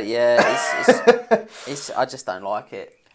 I think it's got a build. I think if you have a wizard, probably a level 4, it's probably not worth it on level 2. What are you level putting 4 in the wood, on a though?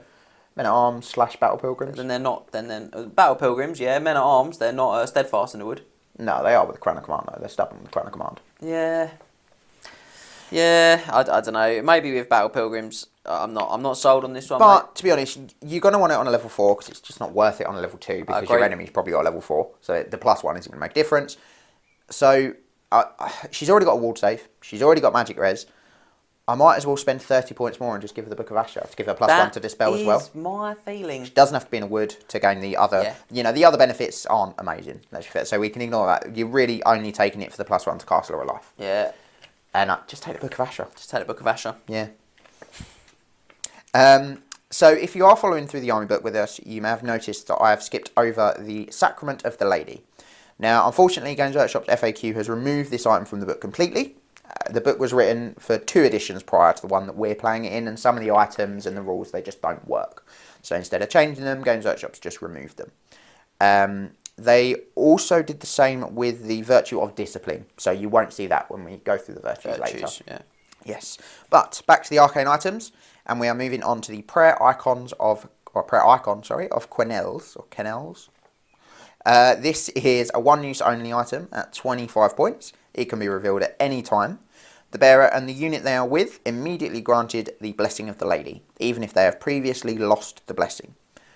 Situational, and I think realistically it's more likely to be used on a unit that doesn't have the blessing to give them the blessing than it is on, say, a unit of knights that have lost the blessing. No, that is not the choice for me. The choice for me is in a big unit of peasants. Yeah. Big old peasant blockaroo, technical term, and just drop her in there. Job done. Yeah. Maybe you take the virtue that allows you to put a knight on foot for a paladin. The virtue of empathy for 10 points, I think. And then maybe you could take Crown of Command type thing in there if you wanted. But I genuinely think peasants with Lore of Beasts for Strength 5, Toughness 4, with Blessing of the Lady on the Men at Arms. Yeah.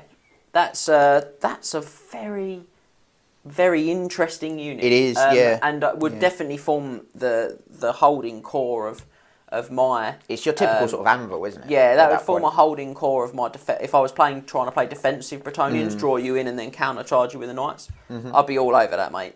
Yeah, all over. I know peasants aren't supposed to bless the lady, but obviously she's just got a really nice prayer icon. It's obviously particularly shiny, and the Lady of the Lake is a big fan. She's not interested in who she's hanging around with. She might be hanging around with less than reputable characters, but she's not interested. She's gonna just shoot that blessing the lady over there, and it's worth pointing out as well. If the character with the prayer icons dies, the unit doesn't lose the blessing. She doesn't have to be alive. No, she just has to reveal it and then they have it. For the rest of the game. It's brilliant, mate. Yeah, I like to think that when she dies, they loot her corpse and keep it. Stick on one of the pole arms. That is a sacred damsel of the lady. Was. You heathen. Was. You heathen. Not is, was. And now... I'm sorry, ladies and gentlemen. Me and the boys have looted the prayer icon. I'm not going to lie. That's unacceptable. To talk about a sacred damsel of the lady like that. He will pay. So yeah, I think we're both in agreement though. To be sensible for a second, we're both in agreement. Prayer icon of Canals, excellent on the peasants, and get your little beast wizard. That's your Wiston's Wild Wiston's Wild form happening, just in case you're wondering. Very good. Yeah, it is. So the Chalice of Malfleur next for 20 points gives the bearer an extra dispel dice on the roll of a 2+. On the roll of a 1, she suffers a wound with no saves allowed. You don't have to use it, so if it's last turn of the game, you're on a wound, you don't want to lose her points, don't have to roll it. But, 99 times out of 100, you're going to roll the dice. Got a life wizard, give the wound back. Yeah. And then she's not on a final wound, is she? Yeah. So you can use the old chalice again.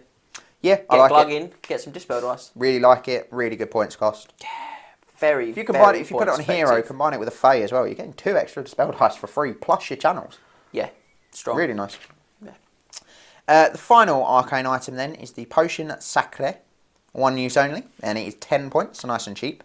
Declare you are using the item before rolling the dice to cast or dispel a spell. Once the dice have been rolled, the player may add 1 to the result of one of the dice. This can cause irresistible force and a miscast. Not terrible. It would be much better if you could declare you were using it after you'd rolled the dice. Yeah, but I think if you're going to do the grab 6 dice, throw them at something, you've got to look at the statistics, and realistically, if you're not, alright, you might just roll a double 6, which is a reasonably good chance you will, but suddenly, 5 is enough to get the irresistible cast or the irresistible dispel. I like it. I think its biggest problem is it's up against the Silver Mirror. It's up against the Chalice Malfleur, both very good. It's up against the regular standard Dispel Scroll from the main rulebook. And the shielding, which isn't bad for Brits. It's not as good as the Book of Asher, which we discussed earlier as well, and then the Prayer Icon of Canals if you want to do the peasant right build. Sort of list. So it just falls very long way down the it's not the first item on my Wizards team sheet, as it were, but it's definitely not the last. Yeah. It is good. Yeah. The final section then of the Blessed Heirlooms of Bretonnia is the Magic Banners, and we are starting off with a very big one. The Banner of the Lady at a whopping 100 points. Obviously, it can only be taken by the BSB because of its points cost, and he may only be on foot or mounted on a warhorse, so no Pegasus or Hippogriffs. All enemy units with at least 1 model in base contact with the bearer of the banner get no combat bonus for ranks. It's so many points, and it means you're not going to be able to make the guy carrying it very survivable. He's any more survivable than a sort of standard Bretonnian. He's got 2 up. I do think in general Bretonnian Paladins, particularly because we let in the Triple Crown pack we let them take the Mundane Shield. Yeah, they are one of the best choices for buying a very expensive Magic Banner because they will still have a good save. They'll still probably have a 2 up, and then they'll have a ward save. Blessing. But let's just get real about the cost of this banner. Yes, 100 points. It doesn't take away Steadfast. No. All it does is stops them getting a maximum input of +3 for. And it's got to be in base contact with the Paladin pack carrying, not his unit. So he has to be in the front rank. You can't protect him in the second rank behind 3 other Paladins. Yes, and that's really the up and down of it. Yeah. It just doesn't do anywhere near enough. A war banner is in here. A war banner costs you 25 for +1, so it's a quarter of the cost to reduce theirs by 1. I suppose you could combine the 2, but similar. I think it's slightly more in the main rulebook. It's 35. Yeah, and I think that in the Triple Crown events now we say that you use the rulebook prices. But again, that's an optional thing for you guys at home. If you're coming to a Triple Crown event, you will have to pay 35 for the war banner. But again, there's a Bretonnian virtue that gives you additional combat resolution like this. Yes. There is. Which is particularly good on a BSB as well. And am I right in thinking that disrupted units don't confer their rank bonus? I don't believe they do, because they don't count as having any. Yeah, no, you're correct. So again, if you stick a unit of 10 knights in the side, they don't get it anyway. I mean, just give it a hoover. Not worth the cost. Clean it up nice, hoover all the dust off. Hang on the wall of the castle. Yeah, behind that cabinet full of those pieces of armour we discussed and that hall. Beautiful. So up next then is the Valorous Standard, and this can only be taken on a Knights unit. It is 50 points, which means you're only going to be able to field it on Ground Knights or Questing Knights. So not on your Knights of the Realm. The unit rolls 3d6 and discards the highest dice for all leadership-based tests, including break tests. It's a good effect. It's a lot of points. You don't take too many leadership checks. Not really. Ground Knights take basically none unless they lose combat, because they're in psychology. Questing Knights. Reroll them all anyway. And you've got a Battle Standard Bearer. Yep. And your regular Knights don't take them from peasants. Regular Knights can't take it. Has to go on you night put it on unit. a battle standard bearer and drop it in. Has to go on night unit. Oh yeah, night units only. Yeah. So yeah, I mean, overall, I think if you're going to go for it at 50 points, which I think is insanely costed for what it does, it's probably a questing night banner. Yeah, definitely. So that they're less likely to break if they lose combat by 1 or 2. But honestly, it's just not worth 50 points. No. Just leave it at home. Yeah. The banners are very hit and miss in this book. They are, yes. The banner of defence is up next then. This one is 30 points, no restrictions on who can take it. However, it is slightly too expensive to be put on Knights of the Realm. So as long as the unit is affected by the Blessing of the Lady, then all models in the same unit gain a 4+ ward save against all missiles, including magic missiles, with a strength of 5 or more. If the blessing is lost, the banner loses this ability. It's a pretty nice ability for keeping a big unit of Knights alive until they hit combat. I don't dislike this. I think Grail Knights are an interesting unit, which we've discussed obviously at length how good we think they are. They don't actually have a plethora of obviously great banners for Grail Knights. Not really, no. I definitely think I'd consider... You've got Banner of Swiftness. Yeah. It's good on all Knights, standard, really. good choice. And obviously, if you've checked out the Magic and the Mundane on movement banners, you've got the... Ranger Standard? Ignores dangerous terrain. Which gives them Strider, so they ignore dangerous terrain checks, which is probably... one you should consider strongly on a regiment like Grail Knights. Well, it is particularly expensive. It's 45 points, isn't it? 50. Yeah.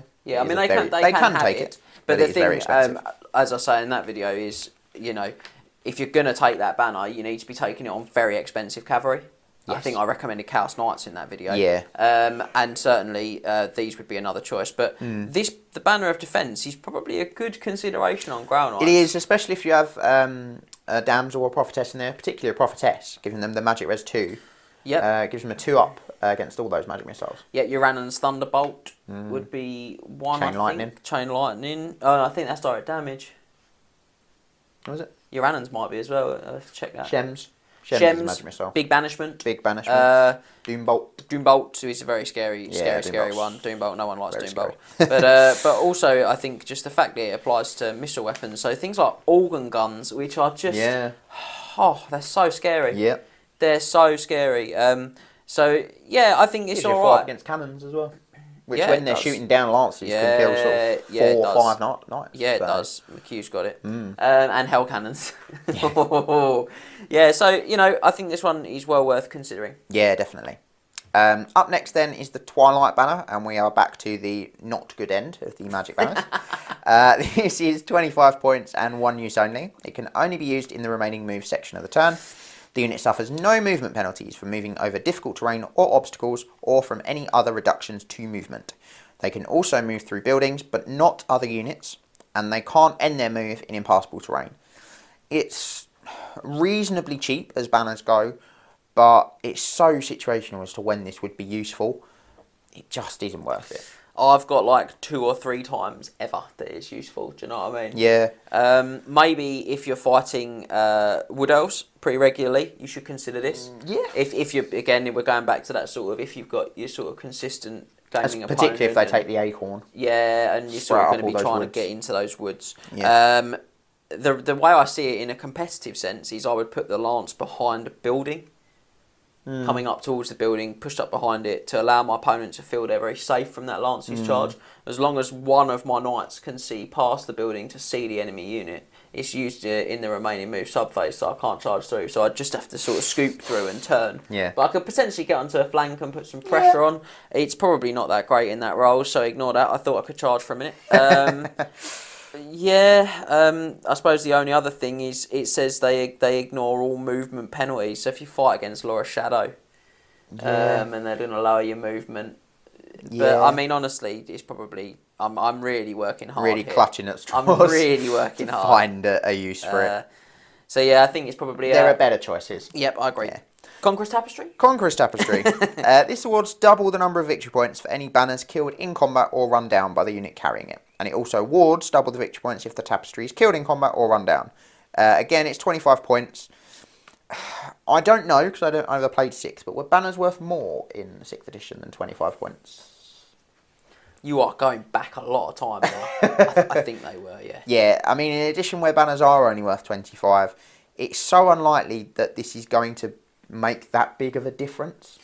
It's one you could look at on something like a unit of Ground Knights and say, well, I'm probably going to be going after their sort of better choices. Perhaps if I can get their BSB, then it does make a big difference. Yeah. If I'm going to get through more than one enemy unit, it's worth thinking about. Yeah. But, also, I guess it is even at that 25 points, it is worth it if you play because we always play the sort of Triple Crown rules in the pack. We're used to that 20-0 scoring system. But if you actually play it from the big rulebook and it's a 100-point bracket of a win or a loss, a banner being extra worth 25 50 points, this is a lot of difference. It can really make a big difference.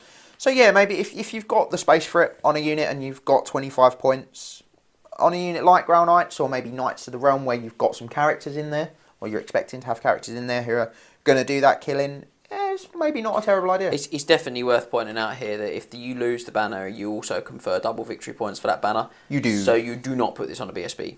That would be the worst decision you've ever made in the history of playing Bretonnians. Just don't do that. Don't give your opponent an additional 200 instead of the 100. Don't do that. So, on to the Errantry banner next, and this is the one we assumed that the units of Knights Errant would have in their unit ratings.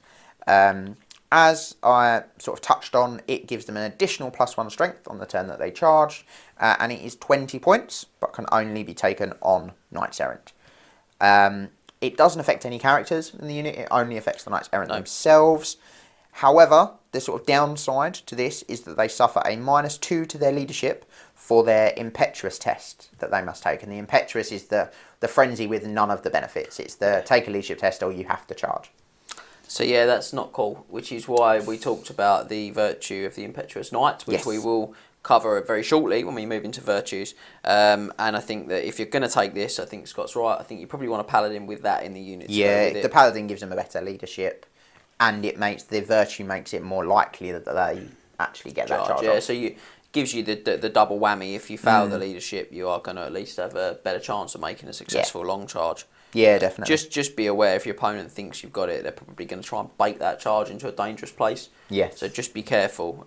But, you know, just go back to your sort of basics of movement and things. If you have a unit of, say, Mounted Yeomen in front of those Knights Errant and they can't charge, despite how close the enemy might be, you then obviously don't have to test because they can't make the charge. That's that was going to be my next point. Is those little basics, like Scott says. You can see here, you just tuck them just in front when you deploy.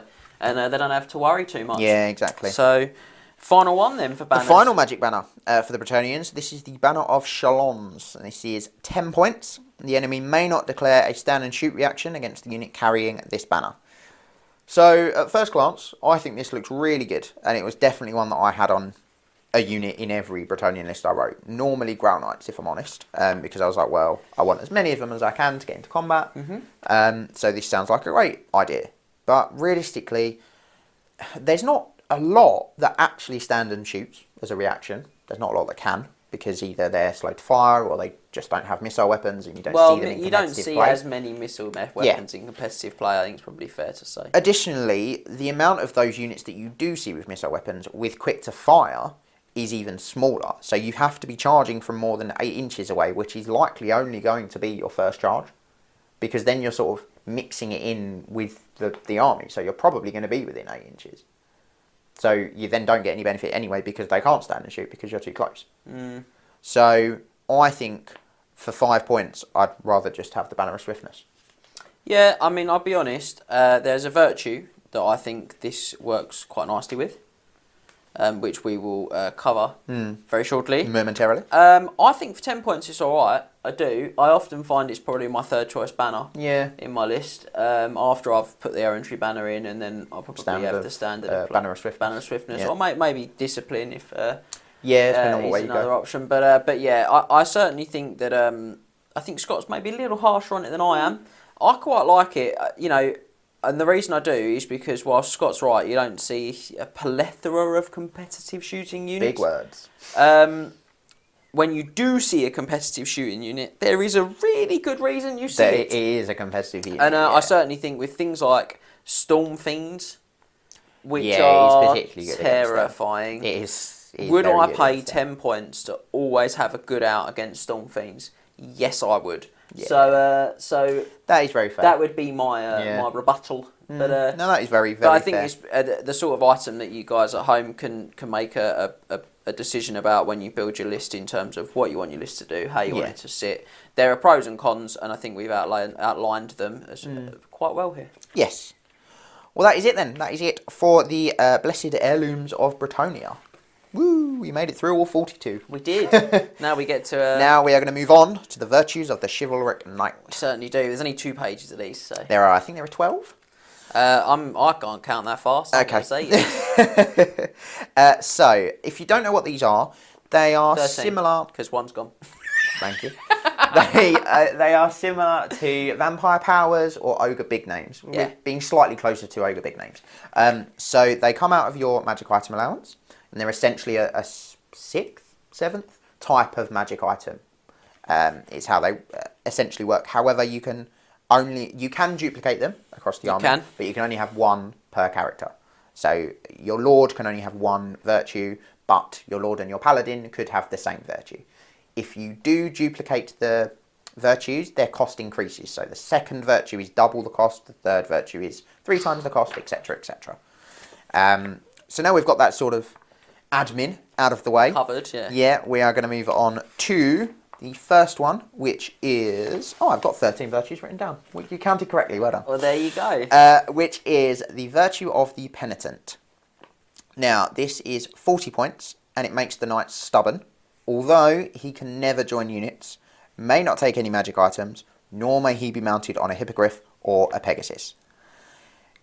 It's 5 points more than the Crown of Command and imposes, I think, the harshest restrictions on any sort of item or rule or anything like that in fantasy. I think I'll leave it, thanks. I have nothing that I can helpfully add to this discussion. Maybe if you could mount it on some of the bigger mounts, it would be worth thinking about. But if Bretonians could take a dragon, then you'd maybe mount him on a dragon and have a stubborn dragon. I can't think of any good reason to take this. It's a guy on a war horse running around on his own. If someone can think of a good reason to take this, I mean, by all means, pop it into the comment section or pop it into the... you will blow our minds. Yeah, put it onto all of the usual social media channels. Moving on to a much better virtue, in our opinion, is the virtue of the knightly temper. Also 40 points. For each attack that the knight hits with and wounds with on the charge before saves are made, he may make an additional attack. These extra attacks cannot themselves generate further additional attacks. So it's very similar to Red Fury from the Vampire Counts, except it's based on wounds caused before saves, not after saves.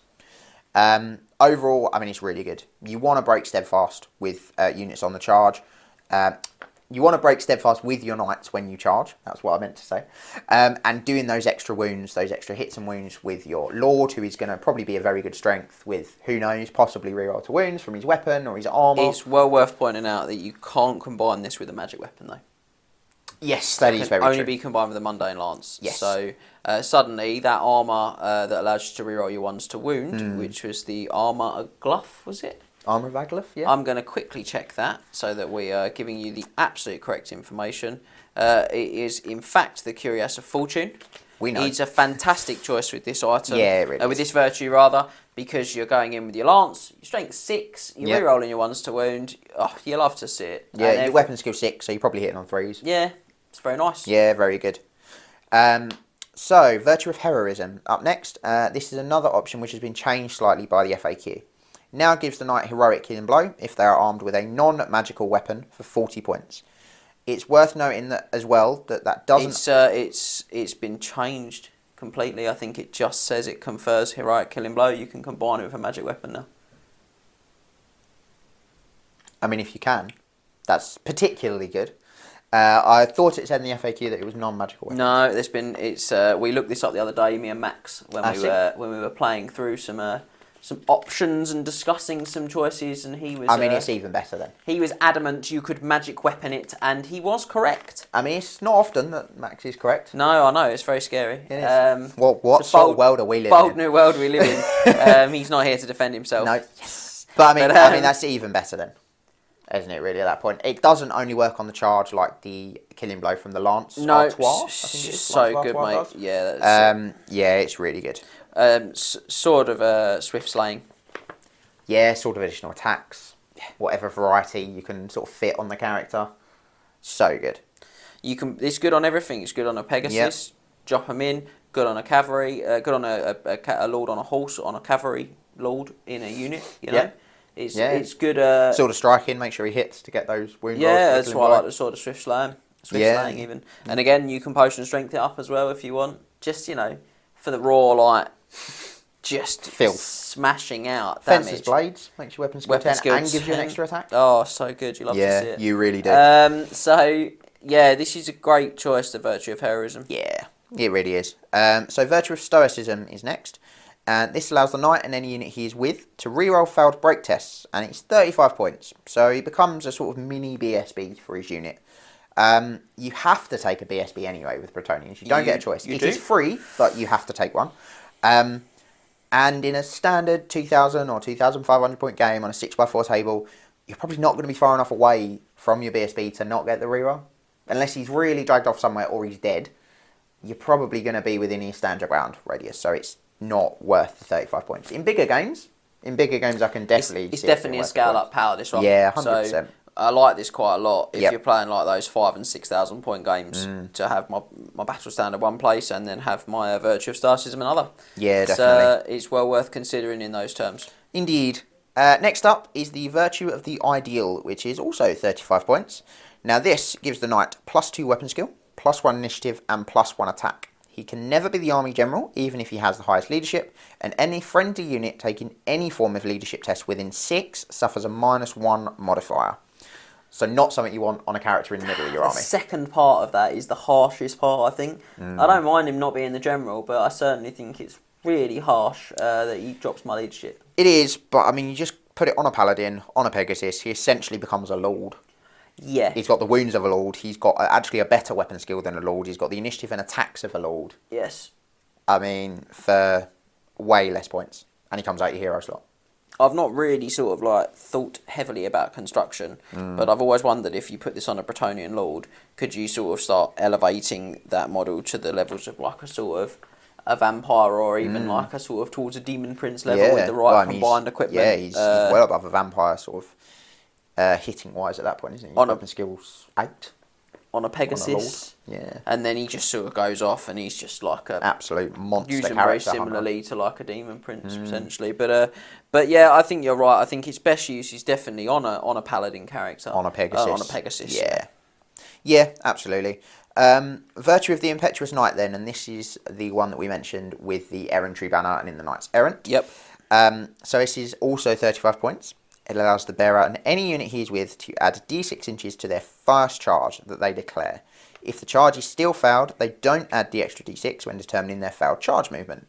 It's a really nice little buff to help your Knights Errant actually get that longer charge that they might be sort of baited into or forced to take because of their impetuous tests. And it's, 35 points. Nice little points cost. You've got 15 points of your magic items left on that paladin for maybe a lance or...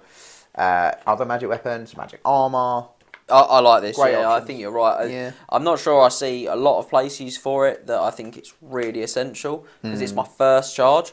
But certainly with a unit that might be forced to charge against my will, I think this is. You want to make sure they actually get in. Really great choice, particularly if I'm going to take the errantry banner, where I'm even more likely to fail that test. Yep. Yeah, this is got a very specific job that it does, and I think it does that job very well. Really well. Yeah.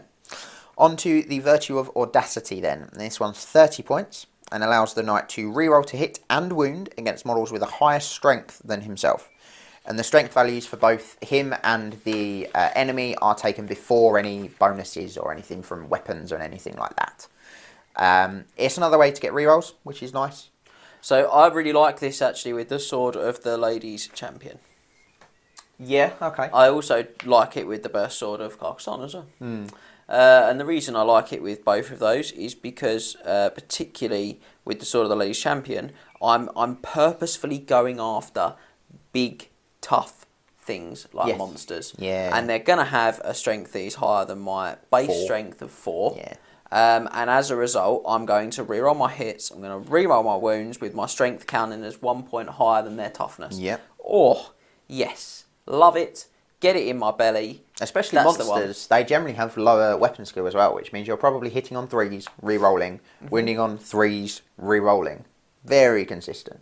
Very consistent. I don't think it has a place in every list. No, I agree. But certainly on the right sort of character with the right sort of build, I definitely think it has a place. Yeah, it's a cool choice. Yeah. Virtue of Duty comes next. Now this one is limited to just 1 per army, so you can't duplicate it like you can with the other virtues. Yep. And it can't be taken by the general. So it's 30 points, and for as long as the general is alive, this model adds 1 to the combat resolution of any fight of which he is a part. Personally, I put this on my BSB, and he adds 2 then to any combat he's... Yeah. I think that's probably the best I can't see... I can't really see a bad argument for that. I think I'd be tempted to take it on a not BSB, but perhaps if I was having the BSB and a not BSB in the same unit, just so I'm like, oh, you've got divider attacks to take away my extra sort of free combat resolution. But this is a really good choice. Yeah, Bretonnians I really like it. can build a unit with the war banner and with this and with their BSB. This is starting on a basic +3. Yeah. Plus their ranks, which are at least 2, even in the smallest of lances. Great choice. You love to see it. You really do. Virtue of the Joust is next, and it's just 25 points. This allows the knight to reroll failed rolls to hit when charging with a lance. That might seem a bit sort of prescriptive in what he needs to do to get the bonuses, but you're on a very quick horse. You're going to have a lance 99% of the time. And you're attempting to charge. And you're going to want to charge. Yeah. So, not really. It's pretty good for 25 points. Yeah, I've combined this with the Curious of Fortune in the past to give me reroll 1s to wound, and then it also hits. works with magical lances as well. It does. So you could combine it with a Heartwood lance. Yep. And then he's rerolling all his hits and wounds on the charge. That's pretty good, isn't it? Yeah, it really is. We like that. We do. Virtue of Confidence. This is another one that really sort of excels when combined with other items. It's 25 points. The knight must always issue and accept challenges when able. Additionally, the knight may reroll all failed to hit and wound rolls in a challenge. So this is the final piece in the puzzle, isn't it? Yeah, 100%. So this is what you combine up with your Morningstar of Fracas and with your Gauntlet of the Jewel. So what we're saying now is someone's got to accept my challenge. Thank you, Gauntlet of the Jewel. Yeah, well, so with the Virtue of Competence, you have to issue a challenge. Yeah. First of all, this character has to issue it. Okay? The Gauntlet of the Jewel says someone has to accept it, which means you are then definitely getting the benefit of the Virtue of Confidence. And then the Morning Star says, well, if it's the first round of combat, I'm strength 6. Awesome. Oh, you've got a magic weapon? No, you don't. Yeah, on a 4+, you lose it for every... I roll a dice for every hit I inflict, just to recap. Yeah. On a 4+, you lose a magic weapon if you have it, and I'm going to hit you much more regularly because I reroll failed hit rolls because we're in a challenge, and I'm just taking away your character's magic weapon. It's just good. Yeah, and it's just really with good. that combination, you still have 40 points. Yeah, you do. Yeah, you do. That's phenomenal. Yeah, it really is. Like, you can go, what have we used? You could go Dawnstone. You certainly could. You certainly could. You could, I think you could take the Holy Art. Gauntlets, Gauntlets Enchanted. Enchanted it is, yeah. So, yeah, we can still go Dawnstone. You could go Enchanted Shield and Dawnstone as well for a 1-up rerollable. Yeah, we can go Dragon's Claw. Yeah. For a 5-up, and or we could just take the Gromwell Greyhelm. Gromwell Greyhelm. Let's just not mess about. Just stop messing about. Take Gromwell Greyhelm. And then 10 points of, I don't know. Leave it. Waving Dragonbane Gem. There you go. Yeah. Dragonbane Gem. Why not? You heard it here first. Yeah, really good. Really, really good. Yeah, great. Quite prescriptive, though, in the build that you read. Because if, it's 25 points that are essentially wasted if your opponent just declines the challenge. Going to the draw, baby. Yeah, but that's why it's quite prescriptive in the build that you need to build around it to make it worth it. Yeah. Yeah, but I think you can do that as well. Oh, 100%. I definitely think and I think you probably should. Yeah, if you don't want to go Morningstar, actually, if you don't want to go with a Morningstar for a cast, you want a more sort of reliable strength, go Giant Blade with the Gauntlet of the Jewel and that Virtue. That is a terrifying character. Yeah. He issues a challenge which someone has to accept, and he's always strength 7. Yeah. No one wants any part of that. No, they don't. That is terrifying. But we are coming towards the end of the virtues now, with the Virtue of Noble Disdain. Now, this is 20 points. And the knight has hatred against any unit that uses missile weapons. That includes war machine crews. And any unit he joins ignores panic tests caused by taking 25% casualties. Now, that's not from missile weapons. That's just 25% casualties. Yeah, it's a bit weird, that one. It does, yeah. Well, it'll be against magic. Shooting or spells, yeah. It's a bit weird, though. It is a bit odd that it's not affects only spells too. Yeah. I would probably take it more for its second effect than its first effect. I'd probably take it more for the ignoring the panic, I think. So I've seen this used a few different ways. And I've seen people pop it onto that Pegasus Paladin that we keep talking about. Yeah. Because he goes into those war machines, he just decks the crew, he just kills them. You can have a bad roll and get around it with a hatred. He hates the crew. Yeah. That's nice. It's very cheap.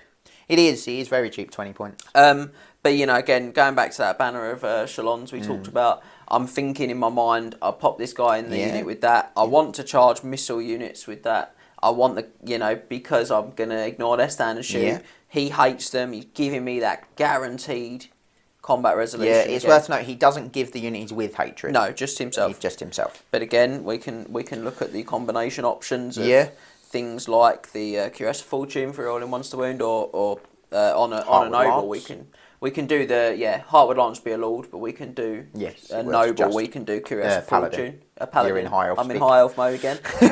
Paladin. Apologies. Yeah. That's why they call me the Lawmaster. Paladin. You can go with the, I'm going to say Paladin again. I said Paladin a lot now. Curse of Fortune for reroll ones to wound. Yeah. And then again, in a meta with things like Storm Fiends. Ooh, good stuff. Yeah, that is terrifying.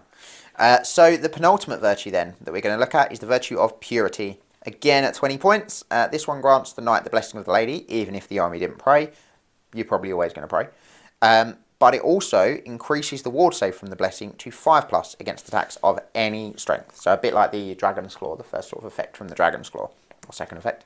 The first part is a bit pointless, really, because you're always going to pray, or you're always going to get the blessing if you've got the Fae and you don't need to pray, something like that. I have seen people not do it, it's worth saying, particularly if they're like running really peasant heavy with maybe only one chunk of knights. Yeah. But yeah, I think you're right. You should be praying to the lady. Yeah, you should. And if you have only got one unit of knights and you don't want to pray, take the prayer icons and give them the blessing. Yeah, there's that as well. But yeah, that always being a 5+ ward save, that consistency is so good. That's gold standard stuff. Yeah, I think the only reason you don't see this virtue in every Bretonnian army is because virtue of knightly temper, virtue of heroism, virtue of impetuous knight, virtue of confidence, virtue of joust. All of these are particularly good, and you can only take one virtue on a character. Yeah. But I do think this is a very good choice. I do think the other reason you don't see it is because the Dragon's Claw exists. Yeah. I mean, it's 5 points more for the Dragon's Claw for the effect of a Dragonbane gem. So it effectively costs the consistent 5+ ward at 20 points, exactly the same. So I guess if you can't find those 5 points and you don't have a virtue, then take the virtue of purity, but otherwise just take the Dragon's Claw. Like I say, I just think it's or both on two different characters. I think that's the thing. It's another great option for the points. So the final virtue, then, we are nearly to the end of this section. On this section, yeah. Is the virtue of empathy. Now, we sort of touched on this a little bit earlier. This is 10 points, and it allows the knight to be fielded on foot. Because normally, a Bretonnian Lord and a Paladin must be mounted either on a Bretonnian warhorse, a Pegasus, or a Hippogriff. That's correct. Or a Royal Pegasus or Royal Hippogriff, I think they're called. Yeah. We'll say Royal Pegasus and Hippogriff, I think it is. That might be correct. Bit of both yes. So in addition, if he is not the army's general, then peasant units within 12 may use his leadership rather than the usual 6 from the peasant duty, so it gives you a sort of pseudo-general leadership bubble. That's all right. Yeah, it's not bad. I mean, it's okay in the right sort of build of list, like we were talking about earlier with a big unit of, say, men-at-arms or battle pilgrims. Can add a little bit of killing power to a unit that's maybe not that good. Yeah. Damsels and prophetesses can be fielded on foot, so they can go in the unit as well without having to sort of pay any points for it. It does feel a bit odd that you have to pay points to not have to buy a mount. It's definitely designed to... it's definitely a deliberate design to punish you for doing it. Yeah, and that's not, definitely. Because you're a bad person. It's just because, that the design of the army goes right back to what we talked about when we talked about Devastating Charge right at the beginning of this video, which is that there's a clear design aesthetic with an army like Bretonnians. Yeah, 100%. And that is that you are on a horse because you are a knight. With a lance. And so if you want to do that, if you want to do something different to that, you can, but you're going to pay for it. Yes, yeah, definitely. But that is it. We are finally at the end of the magic items and virtues section of the Bretonnian deep dive. So hopefully you've got a few different ideas for what you want to put in your list when you next take the field against the enemies of Bretonnia. Speaking of lists, that's where we're headed next. Ooh.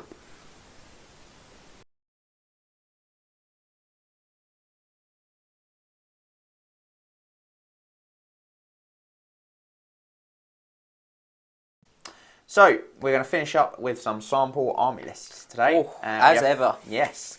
We have 3 very different 2,500 point lists. One of them is completely uncomped, so in short, what one of us would be likely to take if there were no restrictions whatsoever.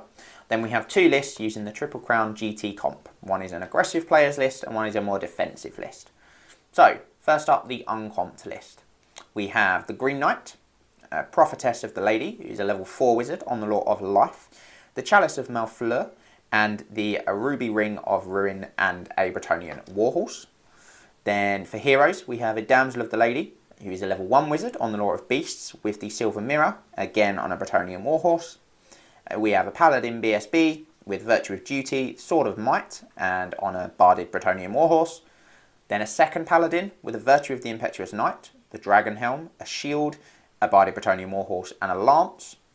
For core, we have 3 units of 5 Knights of the Realm with a champion and a standard bearer each. A unit of 12 Knights Errant with full command and the Errantry banner. Then we have, in special, 24 Battle Pilgrims with the Grail Relic, or Reliquary, however it's pronounced. We have 2 Field Trebuchets, and then 10 Grail Knights with a Musician and standard with the War banner. I think the first sort of thing that really stands out is the 3 units of 5 Knights of the Realm. So they're sort of what we'd be using as like chaff, really, in this list. Have they got musicians or standards? They have standards. Okay, what was the thinking behind standards? It gives me a few more points for... Fortitude mission? Yeah, what's it called? Blood and Glory. That's what the mission's called. Yeah, it gives me a few, because without them I'd have 2, 3... I'd have 6. Because the Grail Reliquary counts as one. I would probably swap them for that's fair. musicians, just for flexibility. But I think that overall, you're looking at what's a pretty standard competitive Bretonnian build there, actually. Yeah, I think you probably don't see the Battle Pilgrims that much. No. I think they're sort of a bit different. They're the optional extra, aren't they? Yeah, and I think you're more likely to find the Knights of the Realm in one bigger unit than 3 units of 5. But yes, generally, the rare slot definitely is pretty sort of standard competitive Bretonnians. 2 Trebuchets, 10 Grail Knights. I think what you might see is the swap on the Pilgrims for one big unit of Knights of the Realm, and then maybe some Yeomen or something like that. Or maybe some Questing Knights or Pegasus Knights. Yeah, so I think you see that as your chaff, but I think that the fundamentals of a good competitive army are all there. Definitely. You've got the Green Knight, who, as we discussed, is absolutely phenomenal. Yeah. He really is.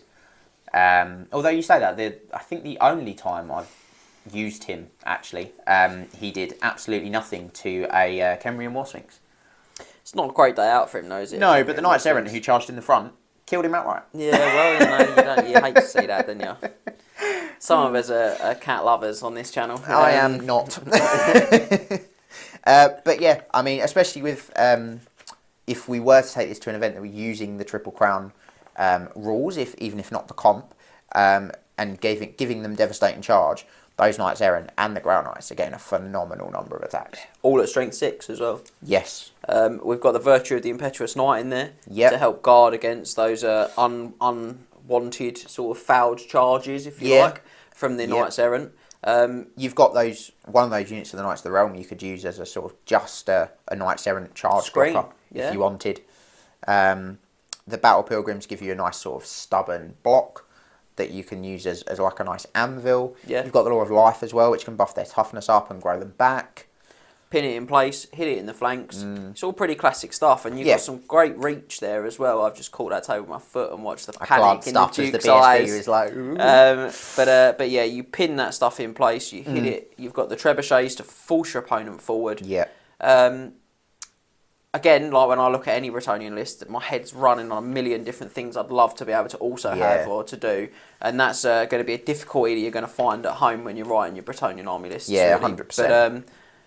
But again, it's all very functional in there. It's all very functional, and I think that's the crucial thing. Then these are not world beating. There's a lot of overpointed units in the Bretonnian book. Yeah. There's it's a lot of work to make a Bretonnian army work. They lack flexibility. Yeah. And I think we've tried to highlight that as we've gone through. They do one thing. They do it quite well. They do one thing brilliantly. But they only do that one thing. But that's a big problem for them as an army, is that's how really competitive armies, they can adapt. Bretonnians struggle to adapt. Yes. So I think, building a solid foundation, Law of Life, very solid. 2 strong units, plenty of chaff to control your opponent's positioning, a nice stubborn block to pin things in place, some trebuchets to do damage and deal with monsters and things like that. But, that's what you're looking at. You're looking at a great opportunity. And although the idea of this was for an uncomped environment, we did put it through the Triple Crown GT comp system, and it came out with a +1. So it's not too sad either, is it? Still a plus. Yeah. I mean, we will say the Bretonnians start on a +2. They do, Triple Crown. So I've effectively taken one more hard point than I have soft. Yeah. I think my hard points were Law of Life and the Green Knight. I think they were my 2 hard points. And I got a soft... and second Field Trebuchet. And I can't remember what I got soft points for in that last list. That's good to know. Either way, it's a +1. On to the next list then. So this is one that we would think to take to a Triple Crown comped event. And it's probably more traditional in that it's just lots of lances of knights. Yeah. So this one is a Bretonnian lord on a barded Bretonnian warhorse. He has the Grauval, a lance, the sword of the ladies champion, the Grau shield, and the virtue of confidence. Then a prophetess of the lady on a Bretonnian warhorse. She's a level 4 wizard on the law of heavens, and she has the silver mirror. On to heroes, we have a damsel of the lady on a Bretonnian warhorse, a level 2 wizard on the law of beasts with a dispel scroll. Then a paladin BSB on a barded Bretonnian warhorse with a shield, the Grumwell Greathelm, and the sword of might. A second paladin on a barded Bretonnian warhorse with a shield, a lance, the dragon helm, and the virtue of the impetuous knight. On to core, we have 12 knights errant with full command and the errantry banner, and 13 knights of the realm with full command and the banner of swiftness. For special, we have 2 units of 5 mounted yeomen, both have got musicians, and then 3 Pegasus knights with no other upgrades, although it's worth noting they come with the champion, like all Bretonnian knights. Then in rare, we have just 1 field trebuchet and 12 Grau knights with musician and standard bearer with the war banner. So this one actually has a comp score of +2, so slightly softer than that first list. It sort of loses out on the second treb, basically, is where it sort of gains a bit of a point back. Yeah. It's much more sort of traditional. It's got those 3 big lances of knights that are just going to plough into something, hopefully, and out the other side. It's got your more traditional chaff in the mounted yeoman. It's got a bit of war machine hunting in the Pegasus knights. Only the 1 trebuchet, which is a shame. And one of the units of knights wouldn't have any magic res, because I've only got 2 wizards.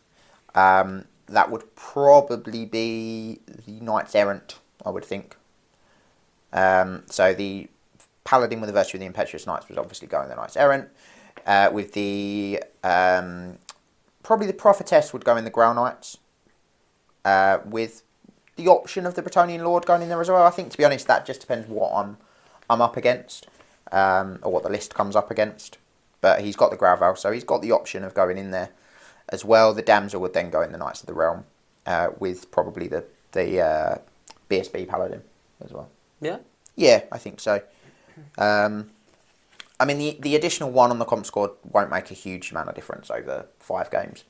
No, I mean, this is a classic Bretonnian freight train, isn't it? It is, the idea is you work quite hard to place 2, or if possible, all 3 of those knights, lances, into 1 target at a time. Yeah. And you hit it so hard with so many attacks that you just go through it like a hot knife through butter. Yeah, you do.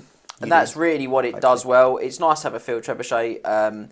Again, I like this part because obviously you're bringing the list today, so this is my first sight of them as well, which is quite cool. Whereas the last two we've done, I did the lists, so Yeah. you guys were getting sort of unseated this way. There's things in there that I would probably, my version of that list would be slightly changed on. I probably wouldn't take the Pegasus. Okay. I'd see if I could get another Paladin on a peg. If I haven't got the points, Yeah, I'd maybe go with the second field trebuchet, just because I think they're so rotten when they land. And you would then have to drop 2 Ground Knights to fit it in your rare, because you are sort of... yeah, because that's the most you can get in your rare is 10 Ground Knights. Yeah, I possibly would, but I think there's a good argument for not doing that as well. Yeah. And have you gone for life again on your Lord this time? No, she had Heavens. I thought you said life, so no, I would definitely stick with Heavens in this list. I want to be able to get harmonic convergence on as many of my freight training knights as possible. They're going to go in, they're just going to...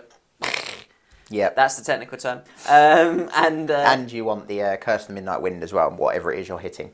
Yeah, just to really make those wounds stick. To protect you from killing blow as well. Yeah. So again, the other reason I like Heavens in this list is because I can reduce artillery's effectiveness against me with the signature. I can also lower my opponent's leadership, which is excellent because I'm probably going to win those freight train combats. I really want to come out the other side of you. Yeah.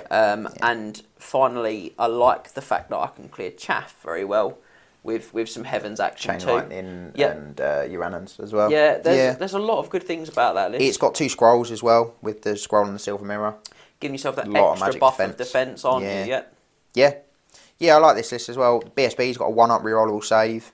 With a cheeky Sword of Might as well, make him strength 5 all the time. Magic Sword's good as well because he's going to go probably in a unit that won't have any magical attacks. He will, yeah. He'll helps you to punch Ethereal out of the way. Yeah. So these are all the sort of the safe sort of. Yeah, I mean, to be honest, with a bit of luck on the dice, this could score really well a Triple Crown event over sort of 5 games. Probably more so over a 3-game event because generally those positive comp scores do perform much better over fewer games. Yes, they do. Because their bonus at the end, so their comp scores in these tournaments are added at the end to their final tournament point score, and that's averaged out over less games, obviously, and then it means more effectively. Yeah. So they do generally come out on top. You can check out how that works.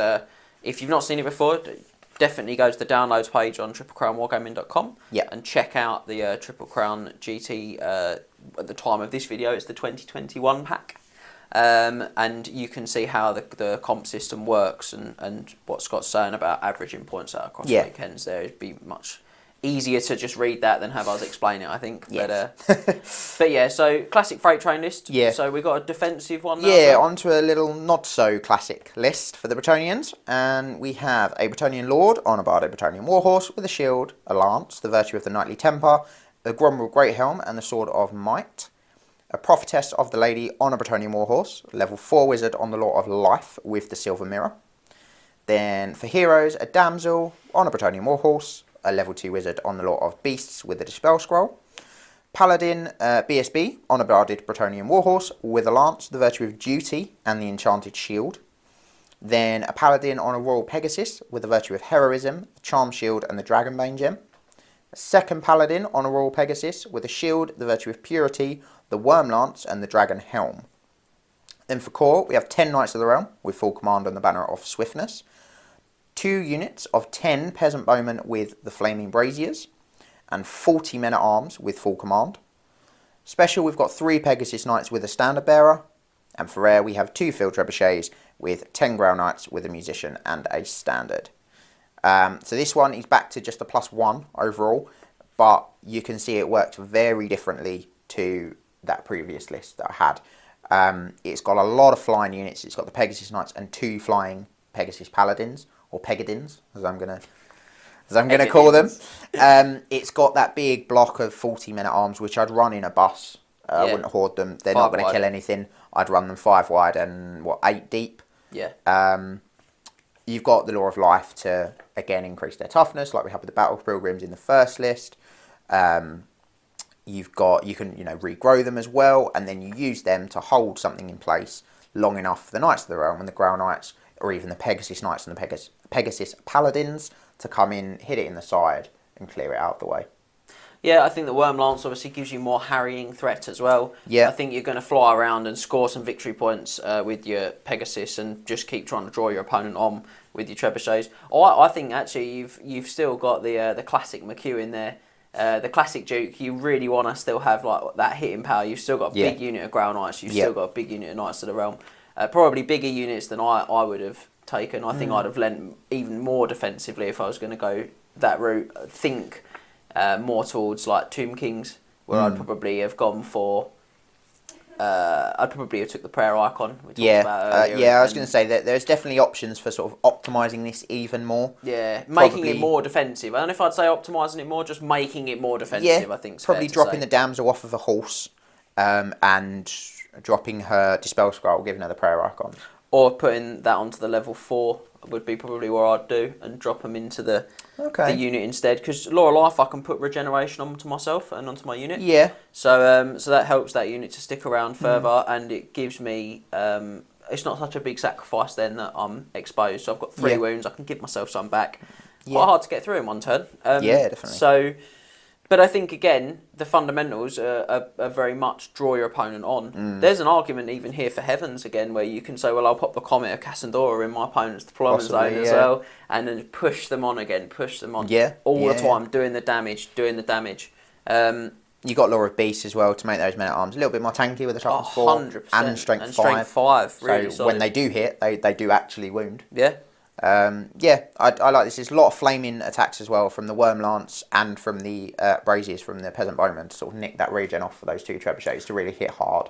And they'll double up as cheap redirectors as well in the mid-late game to help prevent your opponent getting victory points off crucial things. Because you aren't sort of throwing everything forwards, it doesn't actually matter that the Peasant Bowmen can only move 8 inches. It's what we discussed earlier, wasn't it? Yeah, they're great for redirectors against those men-at-arms and to stop stuff charging like the flanks of your knight units when you've charged into something that have charged from men-at-arms. And actually, with some Wissons, those men-at-arms going in the flank could be enough. And certainly, when you get the combination of them charging the men-at-arms and then you counter-charging in the flank with Grey Knights or Knights of the Realm with the Lord, you're going to find that their steadfast is broken because of the depth of the bus of peasants. And so you can punch right through. It's that classic hammer and anvil flanking battle line combination, isn't it? Yeah, you've got a lot of reach as well, not just with the trebuchets, but with the 3 flying units. Yeah. Great War Machine Hunters, just to force your opponent to come to you. And Dwellers Below. And Dwellers Below if you roll it, So, again, different, much more defensive, but great. Another fantastic set it of does options. have its downsides. Like if one of those Lances of Knights gets bogged down, it's a very bad day at the office because you've not really got a lot that you can use to get them out of that problem other than the other Lance, and then the rest of your army is just peasants. I think like all defensive armies, it's really crucial that your target priority is right. Yeah, 100%. What you try to Dwellers Below, what you try to Curse of Amrahir if you've got it, what you choose to trebuchet first, what you choose to use your Pegasus on, is going to be crucial to the margin of victory, if you like. Yeah, definitely. Whereas with a more aggressive army, really, when you charge something and kill it, it's dead, isn't it? And if it's the wrong thing to have killed, well, as long as you don't get caught, as long as you don't use too much killing it, you're probably okay. So I just think that's the difference of position, but certainly it's nice because you do get players that like to be more defensive, you do get players that like to be more aggressive, and this gives you both sides of the coin again. It does, yeah. Well, that is it for the Bretonnian deep dive. I think we have come to the end of the lists and everything. With their 2-edition old army book and lack of sort of obvious diversity, I think, I'm sure it's no surprise to you as to why you don't see Bretonnian armies gracing the top tables all too often. That being said, hopefully today's video has given you, all you aspiring dukes and duchesses out there, some new ideas. Stop laughing at me over in the corner. Some new ideas and combos for units and items. As always, feel free to give us your feedback on the socials, all of the links for which are below, and I think they're that way. But they might be that way. Bottom right of your screen. Thanks again for watching, and join us next time where we'll take a look into a different Warhammer Army book, or head back to the mustering ground to check out some more of our videos. Remember to tag your friends and like, subscribe and share today. What are you doing, mate? I'm sharing. It's not that sort of sharing, mate. Oh. Head over to triplecrownwargaming.com and become a Knight of the Realm today.